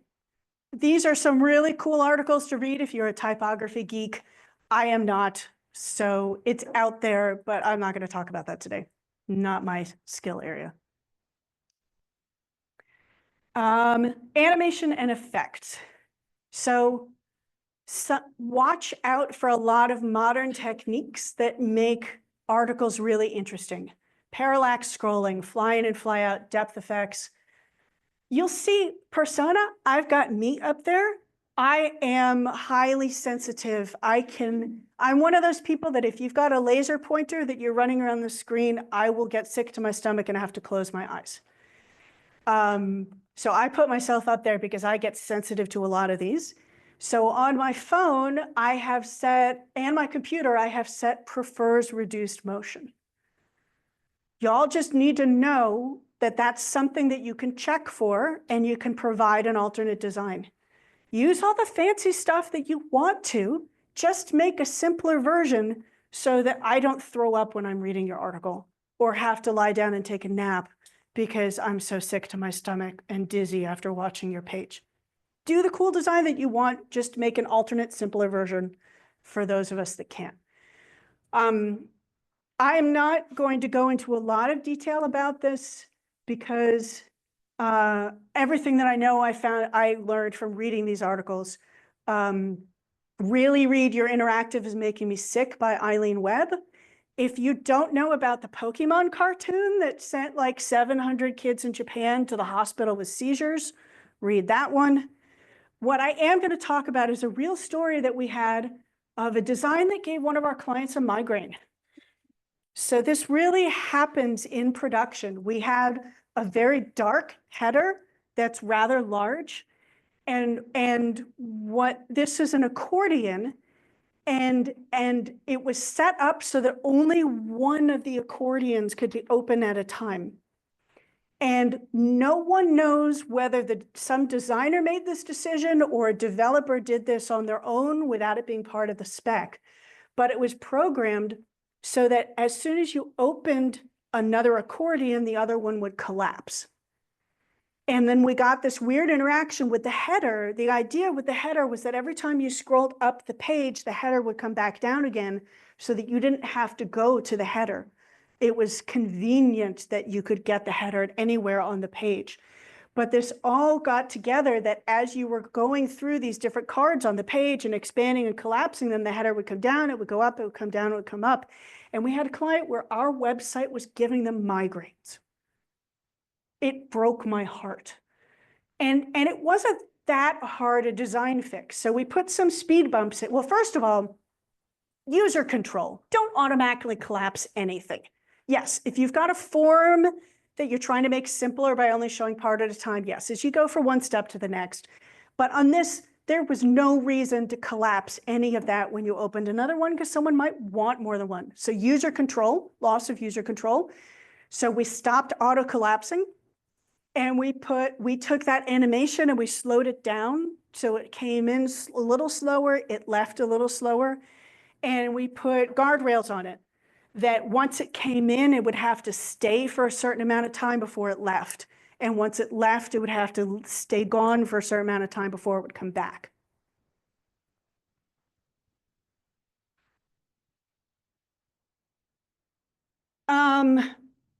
Social Security numbers. I will mention again, I have to apologize that this page has images of text instead of text. Our company email scanning software would not let me email this to Knowbility because they thought I was sending personally identifiable information over email. Masking of text is something that is handled by the browser.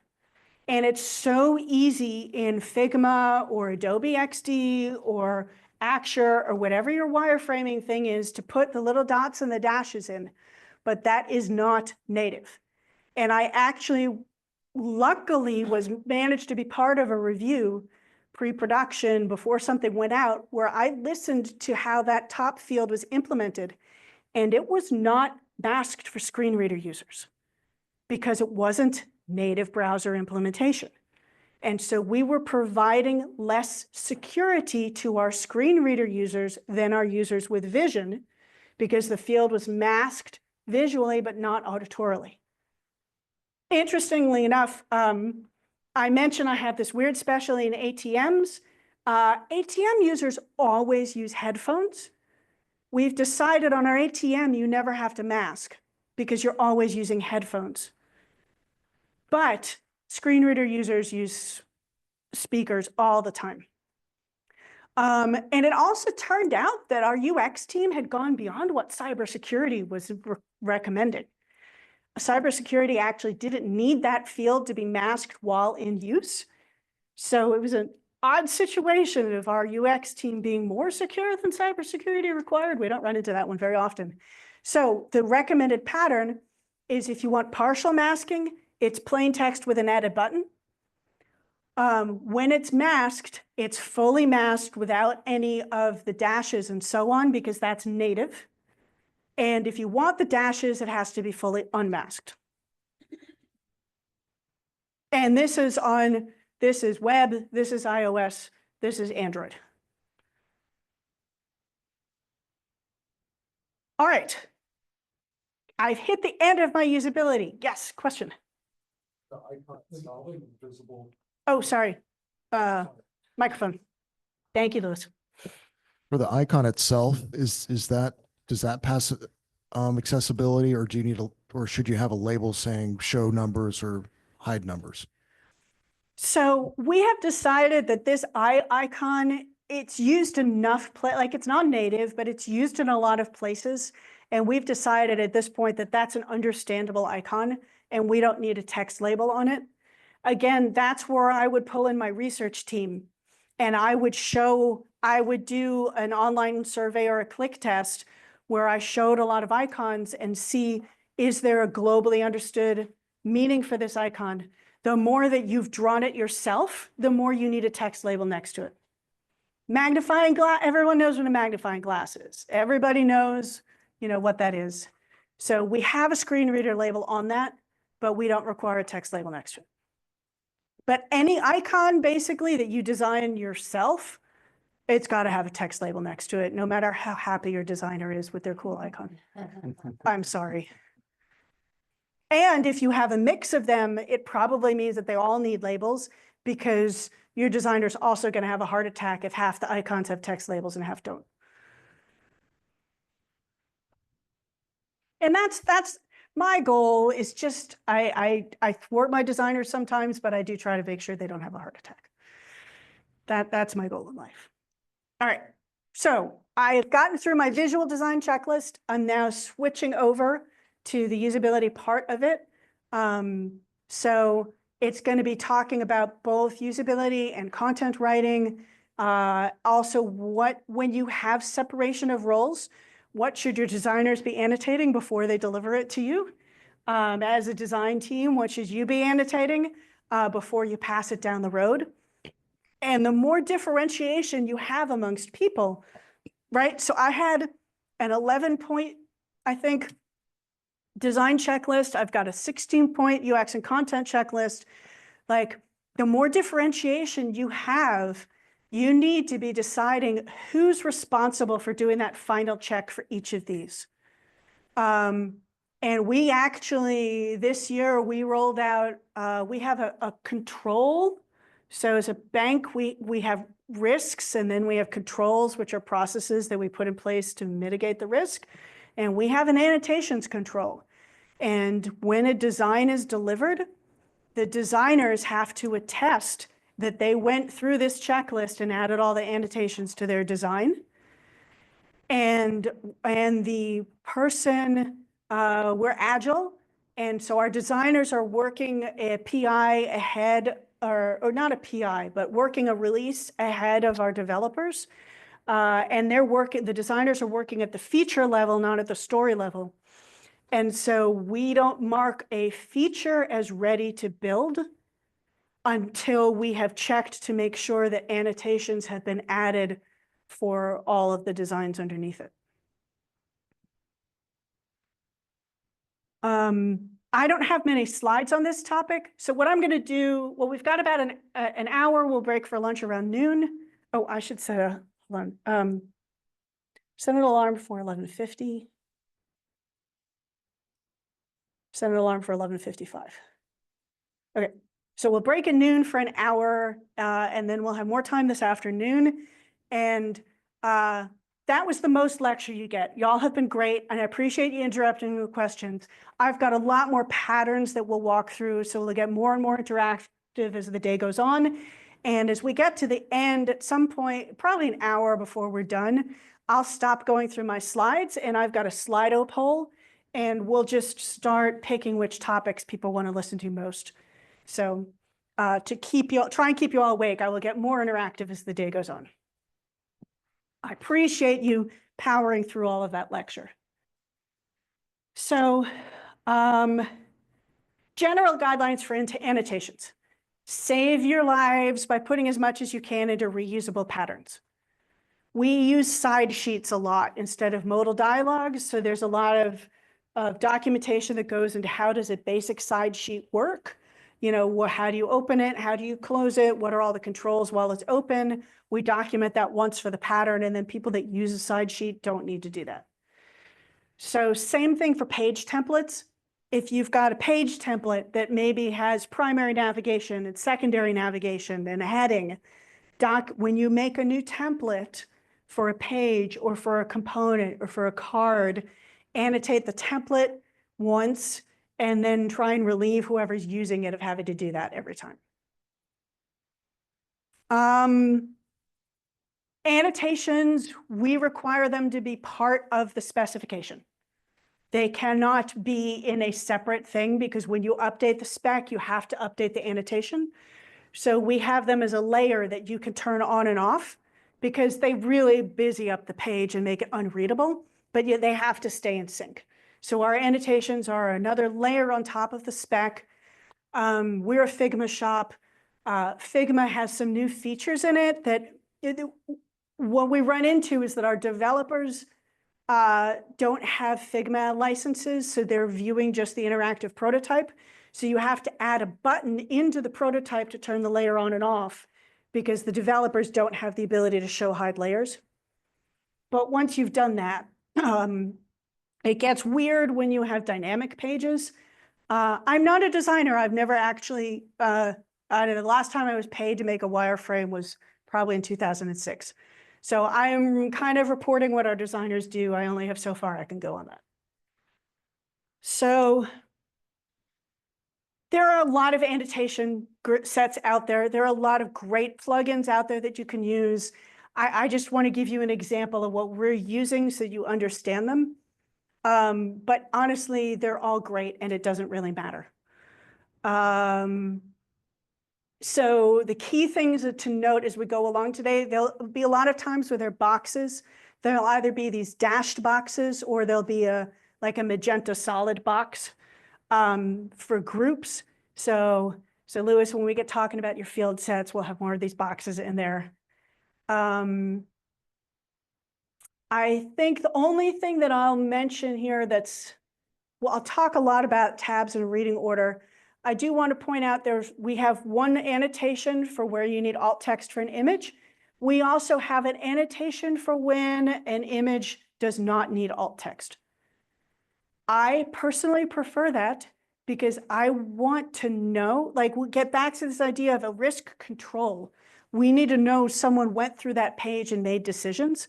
I want every icon to have one of those annotations next to it. So I want a specific one that says, me, as the designer, decided this is decorative and should not be read out loud.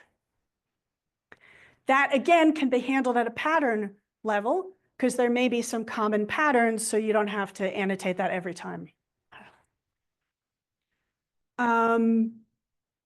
App annotations, you'll notice about half of that stuff disappeared. Apps just, you don't have as many accessibility tools at your fingertips, so you don't have to worry about as much. So I will start getting into some app-specific examples as we go through today. All right. Page titles, make sure that you annotate your page titles. Same page, same title, different page, different title. You need to know when you're on the same page and when you move to a new page, which in the modern era, back when I started web programming in 1992, it was a different page because it had a different file name. Y'all don't get to do that anymore. So now you have these long flows, and it's really unclear, are these just different states of the same page or are they new pages? And I'll get into an example of this in a minute. So annotate your page title. The page title, first thing a screen reader user hears when you load a new page. For you relying on vision, like it's up in that tab and you may or may not notice it, it's the default label for a bookmark. But because it's up in that tab, put the most important thing on the left, because when the tab gets smaller, that's what you want read, and that's what you want read first by the screen reader user. So we put the current page and the vertical bar, and then the section, and then the vertical bar, and then the company name or application name. Got a quick question. Oh, no, you're good. Thank you. In regards to the page title, and I've seen it both ways, is it okay to go ahead and use the heading 1 as a page title? Or should the page title be, what is it, different? I would say the heading 1 and the page title when you can, they usually, like a lot of the times they are identical. And so when you have those situations, you might not need to annotate your title if you always use the heading H1 as it. At the very least, the two should be similar. So you may use slightly more succinct words in the title, but it should be in harmony with the H1. And if your title and your H1 don't feel like rephrasings of each other, you probably don't have the right text picked as your H1. And we run into that a lot on our public sites where you've got some giant banner ad with some promotional message. And because it's the biggest text on the page, people mark it as the H1. The promotional message is not the H1. The H1 should be like homepage. And if that's so clear from the visual layout, your fallback is to add a hidden H1 for screen reader users that's not on the page. But that's kind of a cop-out. But that disconnect between text size and heading level is why in our design system, those are completely separate. When you add a heading to a page, you add one attribute that picks its heading level and a different attribute that picks the text size, because in practice, the two are completely unrelated. And when it was impossible to build the design system where those two things went together.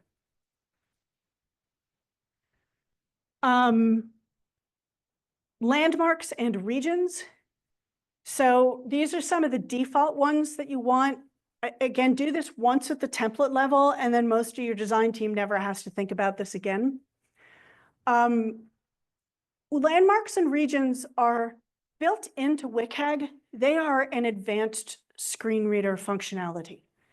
So when I've done usability testing. I've moderated, it's not a lot. I've moderated like 5 usability tests with a total of like 40 users.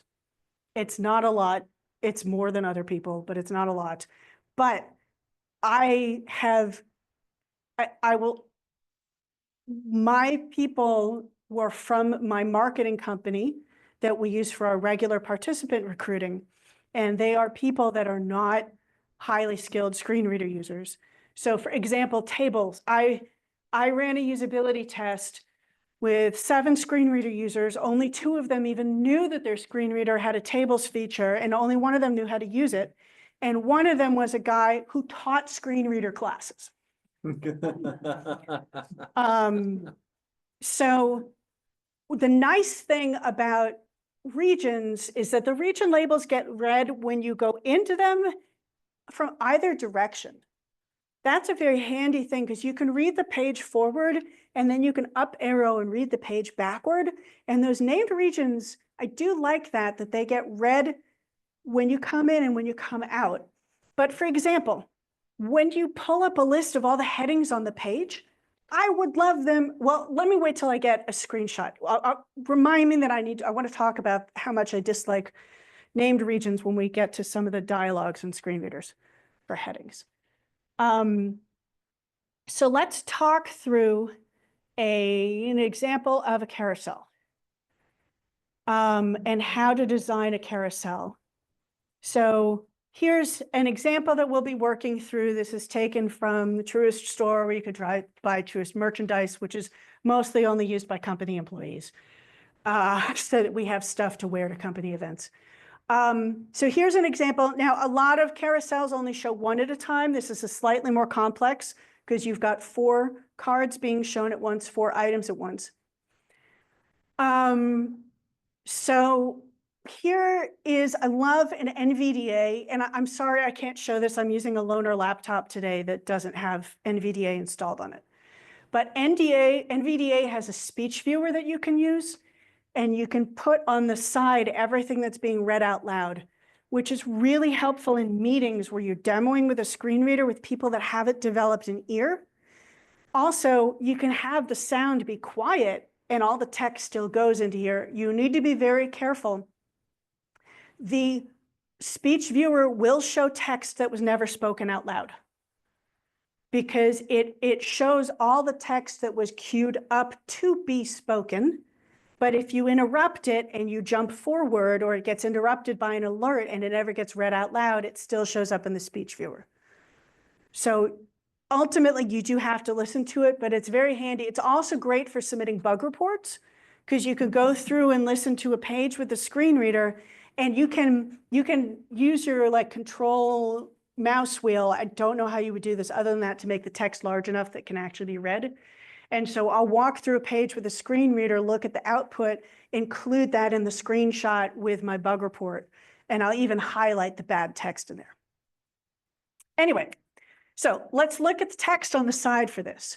So you have popular items, heading level 2, clickable link graphic, women's charge active polo, link, women's charge active polo. All right, so now I'm a screen reader user. I'm like, why in the world do you have 2 different links? It's because they've made one link for the image and a different link for the text. Now, from a programming standpoint, I could kind of understand why that happened, but just make it all one link, and then you can use the visible text as the label for the image. You only have one thing, it's less annoying. So again, I'd be hard put to throw a WCAG violation on it, but it's just a bad experience.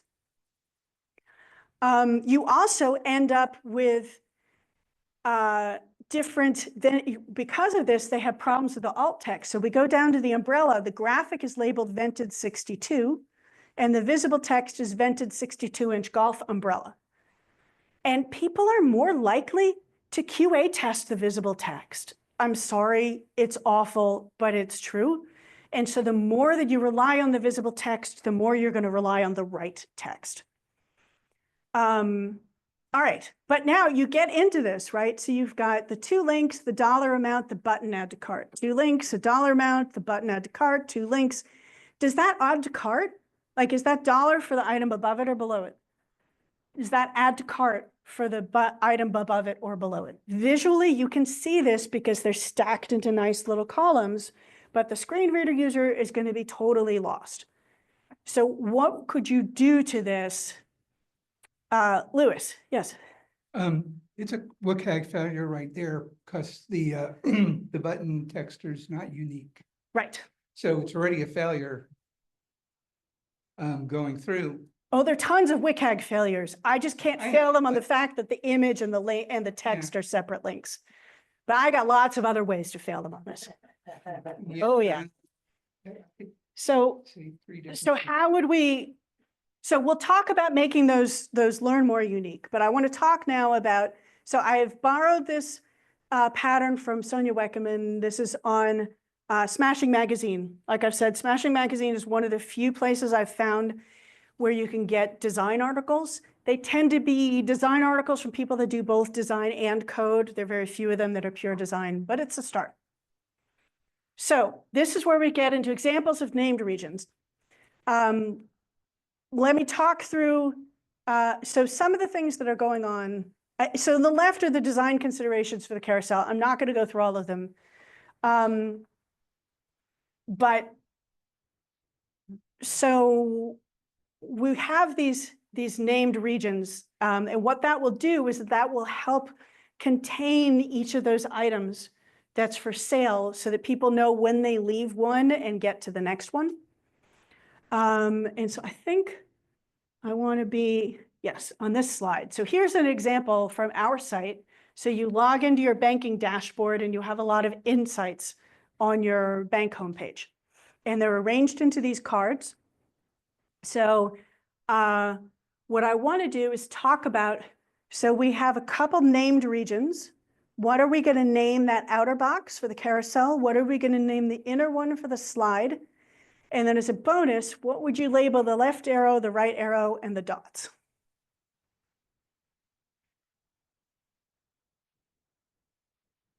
And we don't have to do them in order. We got a couple people over here with ideas. Thanks. So for the carousel container, I guess it's insights. Is that what you have there? And then the slide container, oh, that maybe would be insights. I don't know. I was actually going to ask a question and I got flustered because you asked a question. Oh, would we be, I'll ask my question if that's okay, instead of answering this. Yeah. So is it reasonable to kind of section off the group content just with like heading structure? So if you had the heading, would that be enough to provide that kind of programmatic structure that all of those, all that information goes under that heading, or would you want to have it grouped together? Having the heading alone, it might be enough if you then immediately after it have another heading. If you don't immediately, I mean, somebody needs to know where the end of this is, but so having the container around the whole carousel, if you had good headings on the page, might not be required. I'd have to see it in context, but you really do need it around each slide. Gotcha. Because you need to know what content is changing from one slide to another and what's staying on the page, which is all of those controls and the button at the bottom. Okay. So then I'll go back to your question. So I would name the carousel. I would name the slide. And then the left arrow would be previous slide, right arrow, next slide, and dot labels would be slide 1, slide 2, slide 3, slide 4. All right. And then I think you had your, I was wondering if it needed to be more granular where it's insights carousel, but then in the slide container, you'd say slide 2 of 15. Mhm. And then the option, what it's named, cash flow summary. And then the arrow would be previous insight. The right label would be next insight. Dot labels would be, I'm not sure. right. And I'll take one more and then I want to start commenting on them. I actually had an answer for the dot labels. I would say current selection or selected versus not selected. Okay. One more and then I'll take, so you got one more behind you, Louis. I would say more like slide 2 of 5 or 3 of 5. And then that way you have an idea of how many items are in the carousel. Yeah. So I think the easier one actually would be to knock out the dot labels and the arrows. So let's knock that out first before we get into the discussion. It depends on if all those dots are individually clickable or not. So you as a designer, you need to know how this works, right? Because these left and the right arrows are clickable. And then if you didn't want to deal with all the tap target stuff, you might not make all the dots clickable. So in that case, it's kind of like a star rating where you don't label the individual stars, you say rated 3 out of 5. So if they're not interactive, I would label the whole shebang Insight 2 of 5. If they are interactive, this is where you need to work with your developers, and this is a hard skill that you're going to need to develop as a designer. But there's actually in ARIA a way when you have a list of noting which one is currently selected. So all you do is you label them, they're in a list, So they would all be grouped together in a list, and the list handles the fact that there are 5 of them. So you don't need to say of 5. You just label the dots slide 1, 2, 3, 4. They're in a list which handles the of 5, and then you add ARIA to the currently selected one. So that's one where you need, as a designer, to develop instincts for the complicated stuff, where you need to talk to either your Excel accessibility team or your developer friends to figure out that pattern. And so one of the bells that should ring in your head is when you're making dynamic changes to a page. When you're clicking on something on the page and the visuals change, like, you probably need to talk to someone with better ARIA and programming skills than you are to get that pattern right. And then next, I love that, next insight, previous insight. So now let's go back to that slide container. So I remember we had an example of maybe slide 2 of 5, maybe December 15th, cash flow summary. This gets a little bit into how much you're doing custom code versus patterns. So let's imagine that my design systems team built a carousel pattern that we were making available. We might call them all slides or cards, and we might not let the design team configure the label of an individual one. So anyone that used the carousel might get, showing card 2 of 5. And then that container would be card 2. And the whole thing, maybe we would give you a parameter to set insights. If you're not working in a design system and you have custom code, then you can really get into designing it for this situation. And so that card might be called cash flow summary instead of insight 2 of 5.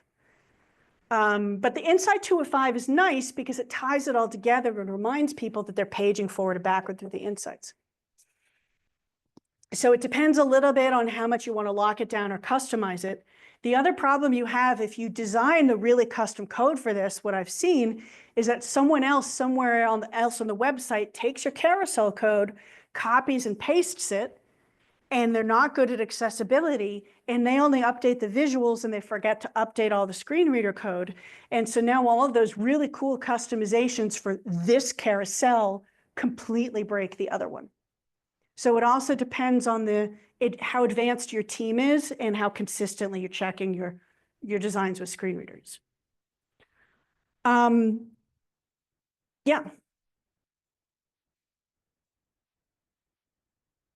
So while working with carousels, I have also seen like designer usually include all the data which is there in the carousel. So like here we have December 15 cash flow summary, here are the claims, and even the take a closer look, they will put everything all together in so that the user can interact and can hear everything all together.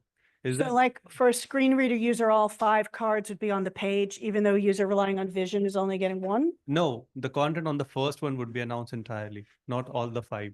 So it would be something like as soon as the user come here, it will announce everything, whatever there is on the slide.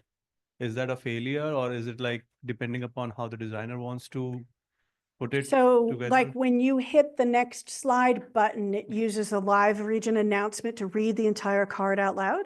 Right. So it will go, the focus will land on the slide which is being on, Mhm. and the content within that slide would be announced. You should not be able to focus things that aren't interactive. On this screen, the card is not interactive. Take a closer look is interactive. Those buttons are interactive. The card is not interactive. You shouldn't be able to focus it and user control, right? Like there's no reason to automatically read that out loud for the user. Wait until they're ready for it and prepared for it, because when they read it out loud, they will then be more ready to understand it and not have to read it a second time. I would not automatically read these cards out loud for people. You should not be able to focus the entire card because the entire card's not clickable. Only that button is clickable. Right. But then how will the interactivity work? Let's say if you are on the second dot and it says slide 2 of 5, Do you want the user to press enter or something to go to that specific section and then do a tab to go take a closer look button? So this gets into stylistic decisions about agency and control of your own life versus handling things for people. And these are all close together on the page. People can use the paging controls and then go read it themselves. I find it slightly, you're taking away agency, you're taking away control of the experience by automatically reading stuff out loud to the user. And then they don't know where it is on the page. So if they want to read it a second time because you read it out loud, they weren't ready for it, they still have to go find it on the page. So I don't think you're helping them by that live region announcement. And I go back to break, Lewis Lewis reminding me of the first rule of ARIA is don't use ARIA. There's no reason to read that stuff out loud. Let them go read it when they're ready for it. Don't make your page more complicated than it has to. So, so I'm a tester for accessibility. And so with carousels, when you're doing the manual activation to manually activate going from slide to slide, Yeah. we would normally flag if it doesn't announce that the slide has changed. So you would want some part of that in a live region to announce so the user knows that something has actually happened when they press the next button, either with focus moving or an announcement of some sort, but certainly not to read the entire Exactly. card. That would Announce be that overload. a new slide is showing, but Correct. don't read the contents of the entire slide. Correct, yes. Totally. Yeah. I want to talk about another part of this. So that label for the carousel, that word carousel, why do we call, I'm afraid I give it away. I hope y'all weren't paying too much attention. So actually I did give it away. So the reason that we call this a carousel is because in 1961, Kodak developed a slide projector and they named it after the amusement park ride. Right? So before that, if you were an instructor teaching a class or somebody giving a lecture, you had a box of slides, you picked one up, you put it in, then you put it back and you put the next one out. And this revolutionized it. There's a Mad Men episode that y'all need to go watch that gets into John Hamm pitching this. This is why they're called carousels. Carousels are jargon. Your users don't know the term. It doesn't help them at all. That word should never be part of your user interface. It's not helping the user because no one knows what it means. So that's why I would call that carousel region insights, maybe, or like I said, in my generic design system mode, I might call it like cards or slides. But I would never, ever, ever make a carousel anything that would get read out loud to a user. All right, I think I've gone through this enough. I need to move forward a little faster because I got a good headings example. I wanted to show an example here of a website, again, where the biggest text on the page is an H2 and not an H1, right? They're not always the same. You can't assume that. It's also not the first heading on the page. It's fine if there are extra headings before your H1. That frequently happens, like for your main navigation. I had a usability test that I ran at BBT.com with screen reader users that had a vaguely similar design to this, where there's a search at the top of the page. 7 participants, 4 of them failed to find the site search because they were navigating the page by headings.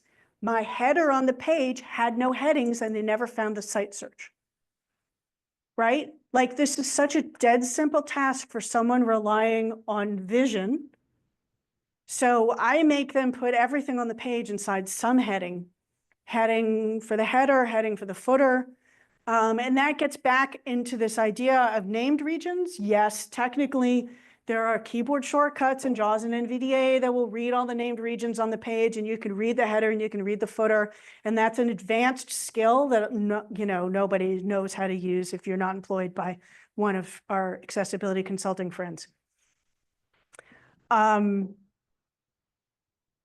goodness, that got controversy. I had 2 hands going up in the back row. I also thought though that one of the rules was not to skip headings. So if you start, can you start at H2 or H3, you know, instead of H1? You can That's have the- H2s higher on the page. There should only be one H1 on the page, Mhm. except in weird situations where you've got multiple articles that are all equally important that really should be abolished from the world. The don't skip headings is meant to be once you get the next smaller heading should only be one level smaller. Right? But it's always okay to then jump back up as high as you want, right? Like I can have an H2 and then an H3 and an H4, and then I could go back to an H2, right? I'm jumping from H4 to H2. The jump is only when you're getting smaller and nested. And the H1 does not need to be the first content on the page. And then there's a question up here.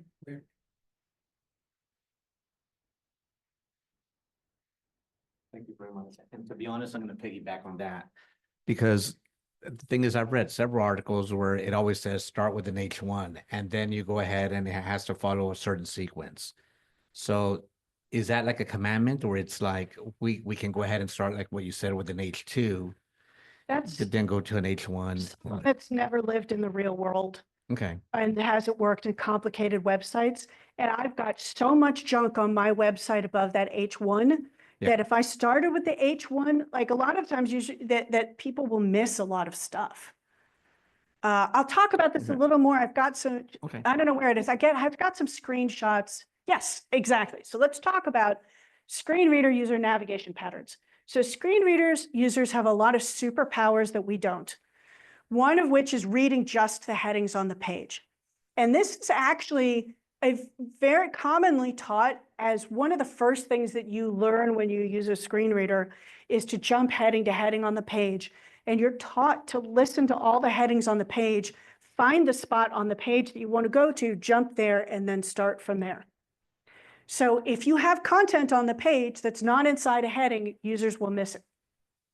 This is not a WCAG violation, but this is a usability problem. I like I said, I don't think I could ever throw a WCAG violation on that. Oh, yes. It said with region labels, could you particularly make the screen reader announcement overly verbose? How do you balance that? With region labels, I'm not sure, because you don't usually use a live region announcement for region labels. Region labels get used in two ways. One is if you're reading through the page top to bottom, when you go into a region, it gets left, and when you leave the region. That would help with that carousel example, because if you've got not labeled carousel, but you've got insights, you know, it would say entering insights, and I think leaving insights, and if you read backwards, you'd know when you got back into it. I'm not sure about announcements, because I would not announce a region label. So Lori, if you can clarify your question and what you meant by verbose announcements, I would appreciate that. So here's an example of the NVDA dialog. Here's all the headings on the page. Couple of things it's only headings, right? So you could completely miss all the content in between the headings. This is different from a user relying on vision. Is you skim the page, you skim everything on the page, and you get a little bit of an idea of what else is there and what's in between. And if there's some giant thing with huge text that's not marked up in the heading, it will jump out to you. Screen reader user totally missing it. Another thing I want to point out, landmarks aren't here at the same time as headings. Now, this is, I think, an advantage that Safari has over our PC screen readers. I believe that this all gets interwoven together in the Safari dialog. And this is where I have a gripe with the usability of assistive technology. Why aren't the landmarks and the headings nestled in together with each other? Right? Like it should all be part of the same page outline. Now, you can't change that because it's been like this for decades and existing users would freak out. So maybe you add it as an extra option to have them all together. And we'll get back to this when we talk about buttons and links and form fields, that again, I could pull up a list of all the buttons on the page without a single heading and knowing how they're organized. Why can't I see the buttons organized inside the headings? All right, I will get off my ranting soapbox. But this is why the headings are an outline of the page. Every content should be inside a heading. Again, this is just my personal thing. I have not heard other people talk about this. I can't throw WCAG violation on you if you don't do it.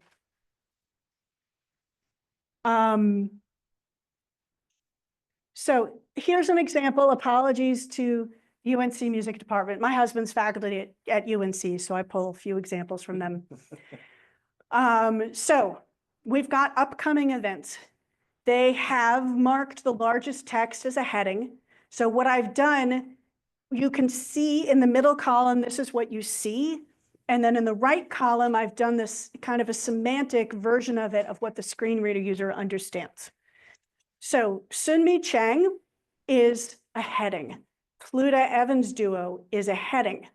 Notice featured March 23rd is in between those two headings. So if I were reading this through as a screen reader user, I would think Sunmi Chang was performing on March 24th. So this is why you can't just rely on the visuals for the headings. Now, the big problem that you have with this, eyebrow text. Eyebrow text is small text just before a heading, like that featured March 24th and the March 23rd at 7:30 p.m.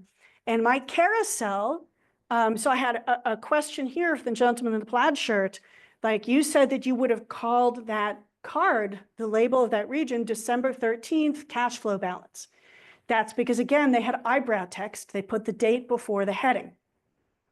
So if this were, you know, also $15, whereas Pluta Evans is free in the way that these, now granted 15 is actually does go with Sunmi Chang above. So you would get right on that. But the dates would also be wrong. Like if I were reading through this, I would think Sunmi Chang was on February 24th. So this now gets into, it's a nice layout, right? So there are a couple ways that you could solve this. Like you could wrap Friday the 24th and featured and Pluta Evans all in your heading text, make that all one big heading.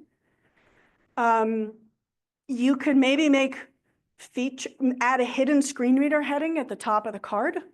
So maybe have an H2 at the top of the card that was hidden for screen reader users and then have that visible large text as your H3. You could redesign this so you don't have eyebrow text and you don't have that problem. So you need, when you start annotating, you notice these problems and it warns you about difficult designs. And you should never, any visual design can be made accessible. And so the question is, how much gymnastics do you want to do? And how much do you want to have the screen reader experience be different from the visual experience? Especially because there's so many screen reader users that can also see the screen. And it can get confusing when what you're hearing doesn't match what you're seeing. So you need to think about these conflicts and decide, is this visual layout important enough to me to be worth that effort? Or can I just move featured below the title of the thing? And would it be probably just as okay if I don't have the eyebrow text? Yes, you got a clarification. Okay. Two. Oh, I guess they got one. If you're still on this example, let's do that. And then Lori, I will come back to you and we'll go back to the carousel page for your question. My question was, can't you not, though, adjust the reading and focus order to where you read the H1 first and then go up to the eyebrow? All right, so you can do CSS gymnastics to read the page in a different order than it's shown. And that now causes problems for users that can see the page and are using a screen reader, because what you see isn't matching what you hear.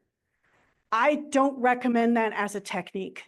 It's complicated to maintain, it's complicated to implement.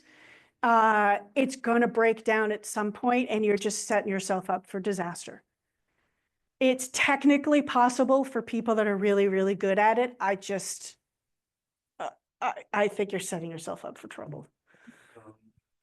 I just feel like there's also visual hierarchy and design techniques to where higher bold, your eye will actually go to it first, you know, and then the next kind of thing. So even if it's not in exactly chronological order, visual users still see the prominence of that to where that should still be the H1 and can be I think rearrange in CSS. So when I think of accessible design, what I frequently do is I imagine in my head that I have an eye tracker, right? And what's someone going to do with an eye tracker on this page? They're going to go to the big text, Pluto Evans Duo, and then they're going to go up to featured and then down to Hill Hall. That's a design problem because your design should go from top to bottom.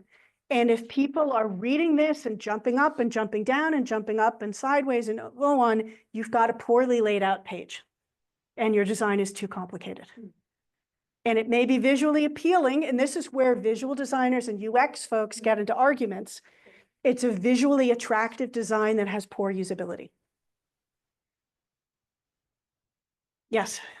So I was wondering, they have the date listed twice. So for screen readers, would you just not have the date on the left even mentioned since it's already in the other section? You have to imagine there might be more than one event on the same day. I actually think the date in the left column is fine because it's, if there were two events on the same day, there would only be one thing in the left column. So I might almost put the H2 on the day and then the H3 at the start of the individual event. So imagine H1 on the page is events, H2 are the days, and then H3 are individual events. And for the back row, it's not wrong to do this, right? But I personally would not use CSS to do the reading order different because there is a WCAG violation if the visual order and the reading order don't match.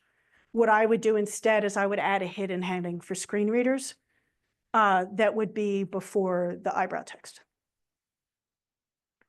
So I was going to add to that. Yeah.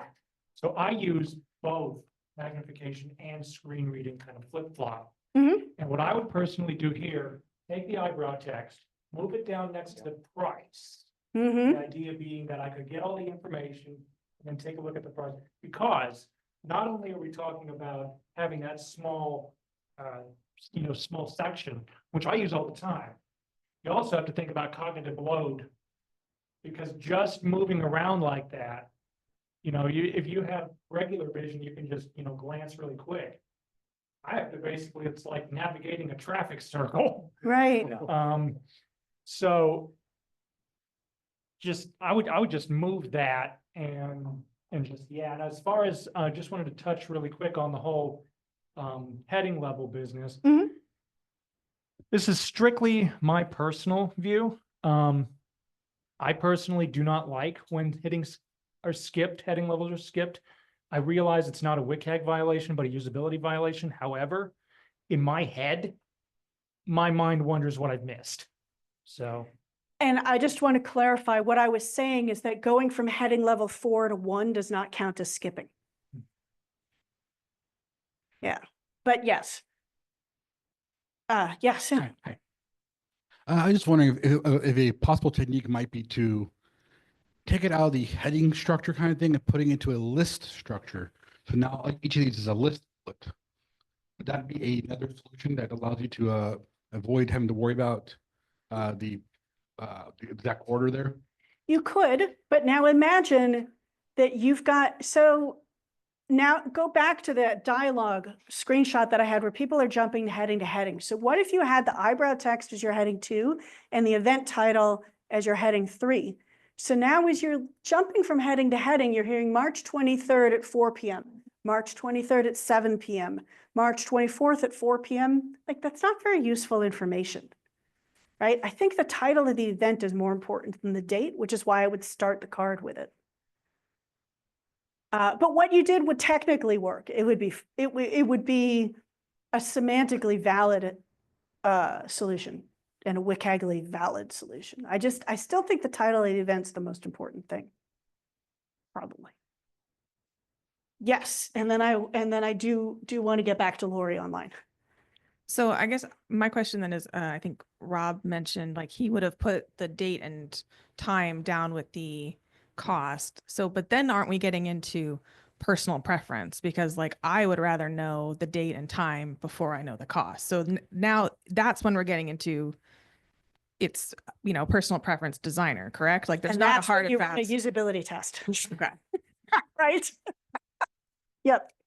And that's where you do, like, if this were, I mean, this is a kind of fluffy example, right? But if this were really important, that's where you would do task analysis and look at which pieces of information are used together. What decisions are people making and what information supports that decision? And how do these pair? So for example, the person and the description are usually part of the same decision process. So they should be adjacent to each other. I'm not sure that I would separate them by the address and the location. Right? So you go back to your old information architecture, you know, card sorting kind of stuff, what information should be adjacent and what not. All right. Lori, let me go back to the carousel, and Lori had a question about it. All right.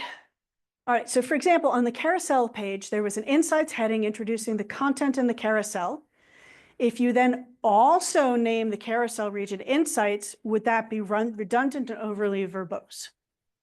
That's where we get into programming techniques. So what I would do is I would have the region use, if I believe on the region, I could use an ARIA labeled by and point it to the heading insights instead of, it probably doesn't matter if you use an ARIA labeled by or an ARIA label, but I would say, I think that the redundancy of the region label and the visible label, I think I'm willing to live with it, especially because the other thing that the region does is it lets you know when you hit the end of the region. And so it's also used to let you know when you've gone off the bottom of the region and left it to go somewhere else, or if you've gone past it, when you arrow back upwards, when you come back into it. So I think a little bit of redundancy at the top is worth having the bottom labeled as well. You can't always avoid redundancy. So we're now definitely getting into art. And that gets back into maybe if you had good headings, so this is your question, maybe if you had good headings, maybe you don't need the carousel container on there if you've got good headings for the rest of it and you just need the slide container. It would all depend on the context of the page. You are very welcome, Lori. All right. 20 minutes before lunch. I'm going to get picky here, and I will still get this wrong. Headings and headers are totally different things. Headings are your H1 through H6, or if you're mobile, heading and not a heading. Header is the top of the page. Header may also be in your tables. Y'all need to start cementing those differences in your head, because when you're writing specifications for your developers, it matters to them, whether you're talking about a heading or a header. All right, we are at slide 88, and I have my first mobile specific slide. Yes. Mobile, it's just heading, not a heading. There are technically heading levels that got added into the underlying framework like 5 or 8 years ago, and most of the screen readers still don't support them. So this is this is one of those rare examples of one of those in group 4 robust of WCAG that it has to actually be supported by assistive technology. This is one of those examples. None of the assistive technology speaks the heading levels in the apps out loud. Now, if it's web view content or a web page, yes, it gets read out loud. But if it's native app code, heading, not heading, which is usually not a problem because the pages are so much simpler that heading, not a heading is enough. But keep it in mind as you design the page that your hierarchy isn't as strong.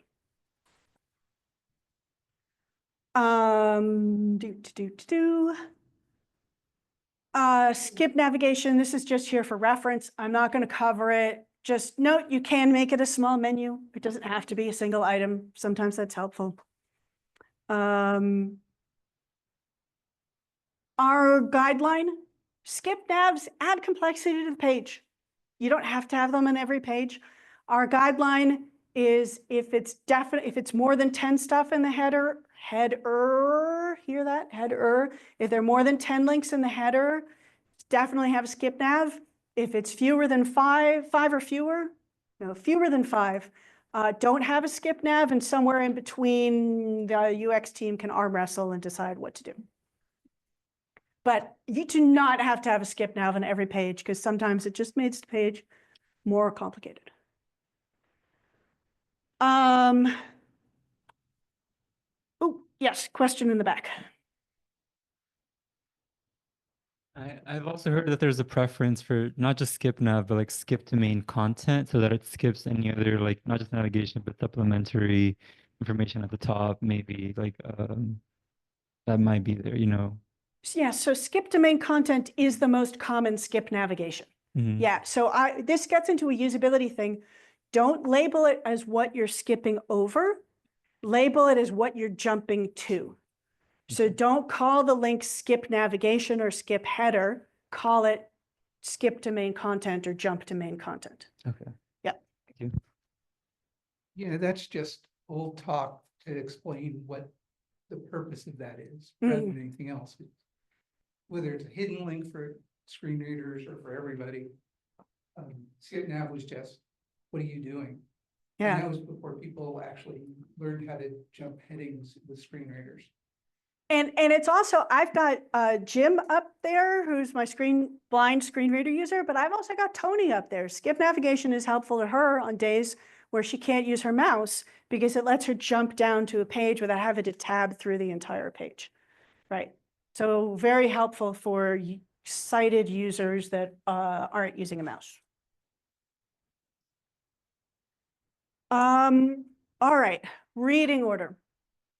All right, we're now getting into, again, art a little bit more, and things that I do that I'm not sure I've seen other people do, but they make sense to me. I'm mildly on the autism spectrum. I make rules for everything that seems so clear in my head that my designer friends don't see. So this is how we ended up with this rule. When you read the whole page, you read everything. You read the static text and you read the interactive text. So the tab order only tabs through the interactive stuff unless you have a novice accessibility team. When you have a team that's just learning about accessibility, they will make every single text on the page tab focusable, even the static text, because when they get to the QA testing, they'll say, oh, I tabbed through and it didn't read this text. And it's not supposed to. So if you tab through the whole page and everything, including static, is focusable, you've got an enthusiastic but poorly trained team on your hands. Generally, so what you need to annotate varies a lot based on the situation. Sometimes you need to only annotate the tab order because you're only worried about that. Sometimes you only annotate the reading order because it's clear what's interactive and what's not. When you annotate both, just do one numerical sequence and switch between what's interactive and what's not.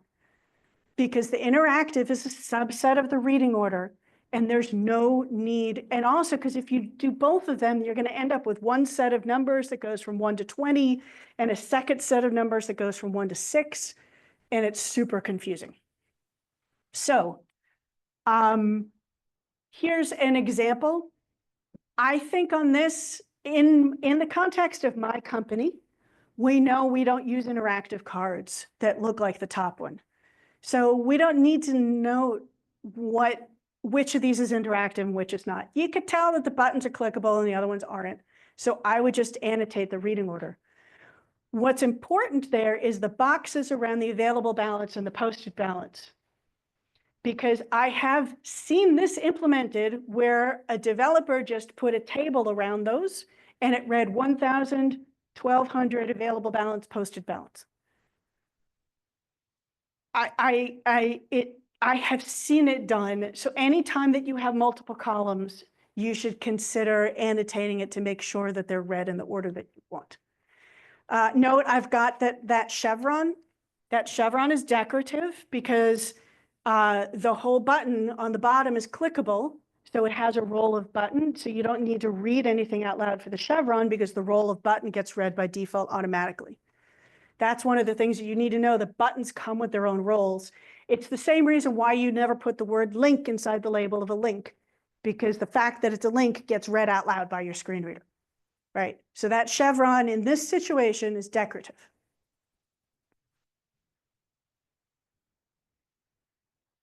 If I were doing the interactive, this is how I would annotate it, right? So as I read through, I get to the static text, and note, I didn't do the 2 lines in the paragraph, right? It's all in one column, so I only put one number there. Then an interactive for the first button, interactive for the second, then the whole button is interactive, and our internal style is that then when we're breaking an interactive element up into how it's read is that we then use letters. So that button gets read in the order of A and then B and then C.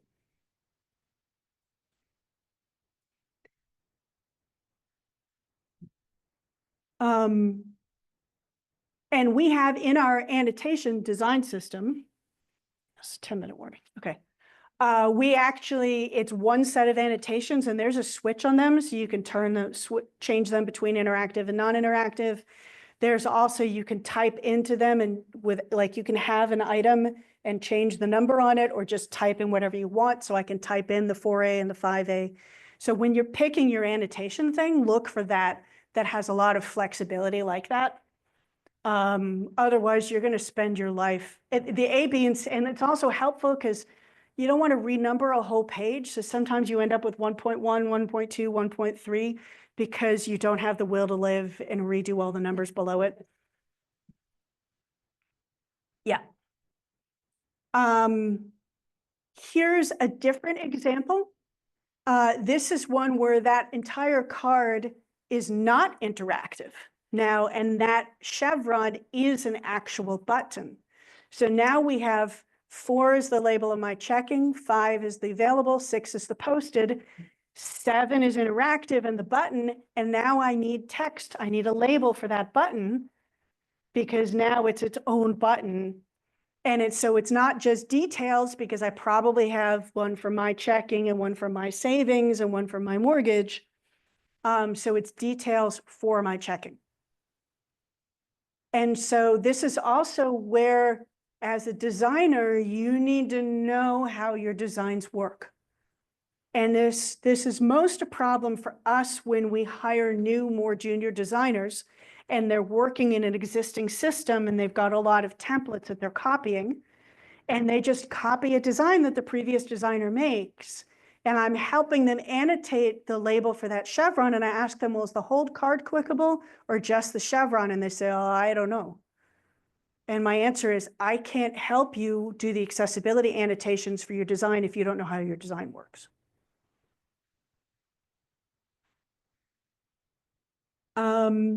Here's another example of where I ran into this.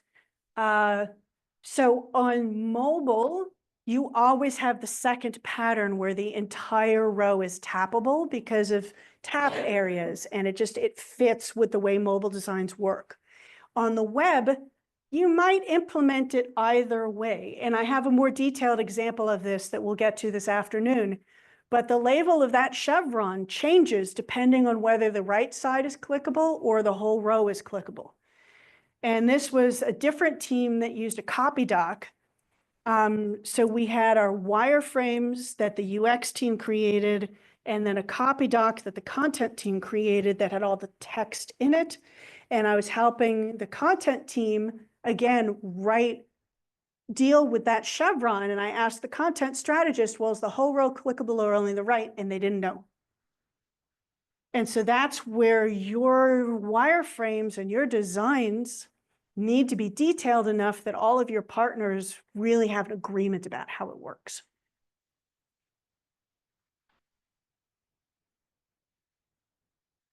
So here's another example of where annotating out the design uncovered a problem and made the design better. So here we have a multi-column layout, and The credit card photo was top left because the photo is pretty and it's attractive and that's where it should go. And then to the right of it was "You're approved" and all the text that went with it. And then the designer tucked the card details under the left and then additional features on the right. And when we got annotating it, if you look at the way those boxes work, for any of you that have programming skills, there should be warning bells going off in your head. We've been talking about the gentleman in the back, that you could do CSS gymnastics to get it read in this order, but your developers are going to hate your designers because this is really complicated to implement. And as we looked at it, because you've got that, the going back and forth between the left and the right and which starts first and which starts second, and what they ended up doing, the most important thing on the page is "You're approved." Like, so the other problem that we had, right? "You're approved" is the H1. That picture is before your H1. So you've got another problem there, that your H1 isn't the first content in the main area of the page. So they redesigned the page to have "You're approved" first, full thing, and then they had 1 2-column layout, and then they put everything else underneath. And so this is much simpler. It's much easier to understand, and it's easier to implement. And so doing the annotations caught this before it went into production and made it better usability for everybody.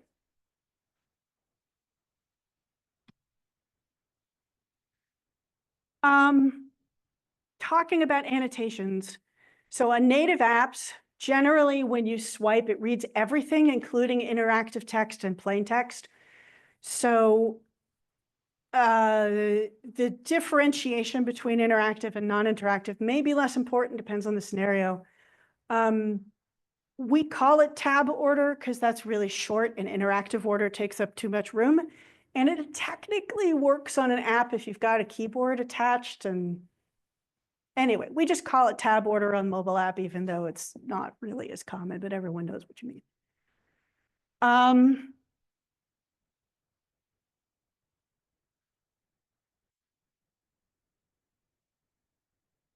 I don't think I want to start floating buttons. So we got like 3 minutes left before lunch break. Last question or two from the audience before we break for an hour. Yes, in the front row here. So I just wanted to add a little extra user anecdote. You'd mentioned that you were slightly on the autism spectrum. That Yeah. actually makes 2 of us. And looking through it myself. Anyway, one of the things that I was drawn to was on your prior slide, you had 1,000, and then you had, instead of 1,200, there was an extra 0. Go back up. Yeah, right there. See right down there? Oh, yeah, look at that. And my mind was focusing on that one extra 0. So I'm just saying, for you guys, if you want to make sure that you dot your I's and cross the T's, there you go. Mhm. Nice catch. All right, you get a gold star for finding a problem in my deck. I mean, I've been using this deck now for like 5 years, and I feel like every time I fix a problem, I add a new one. So thank you.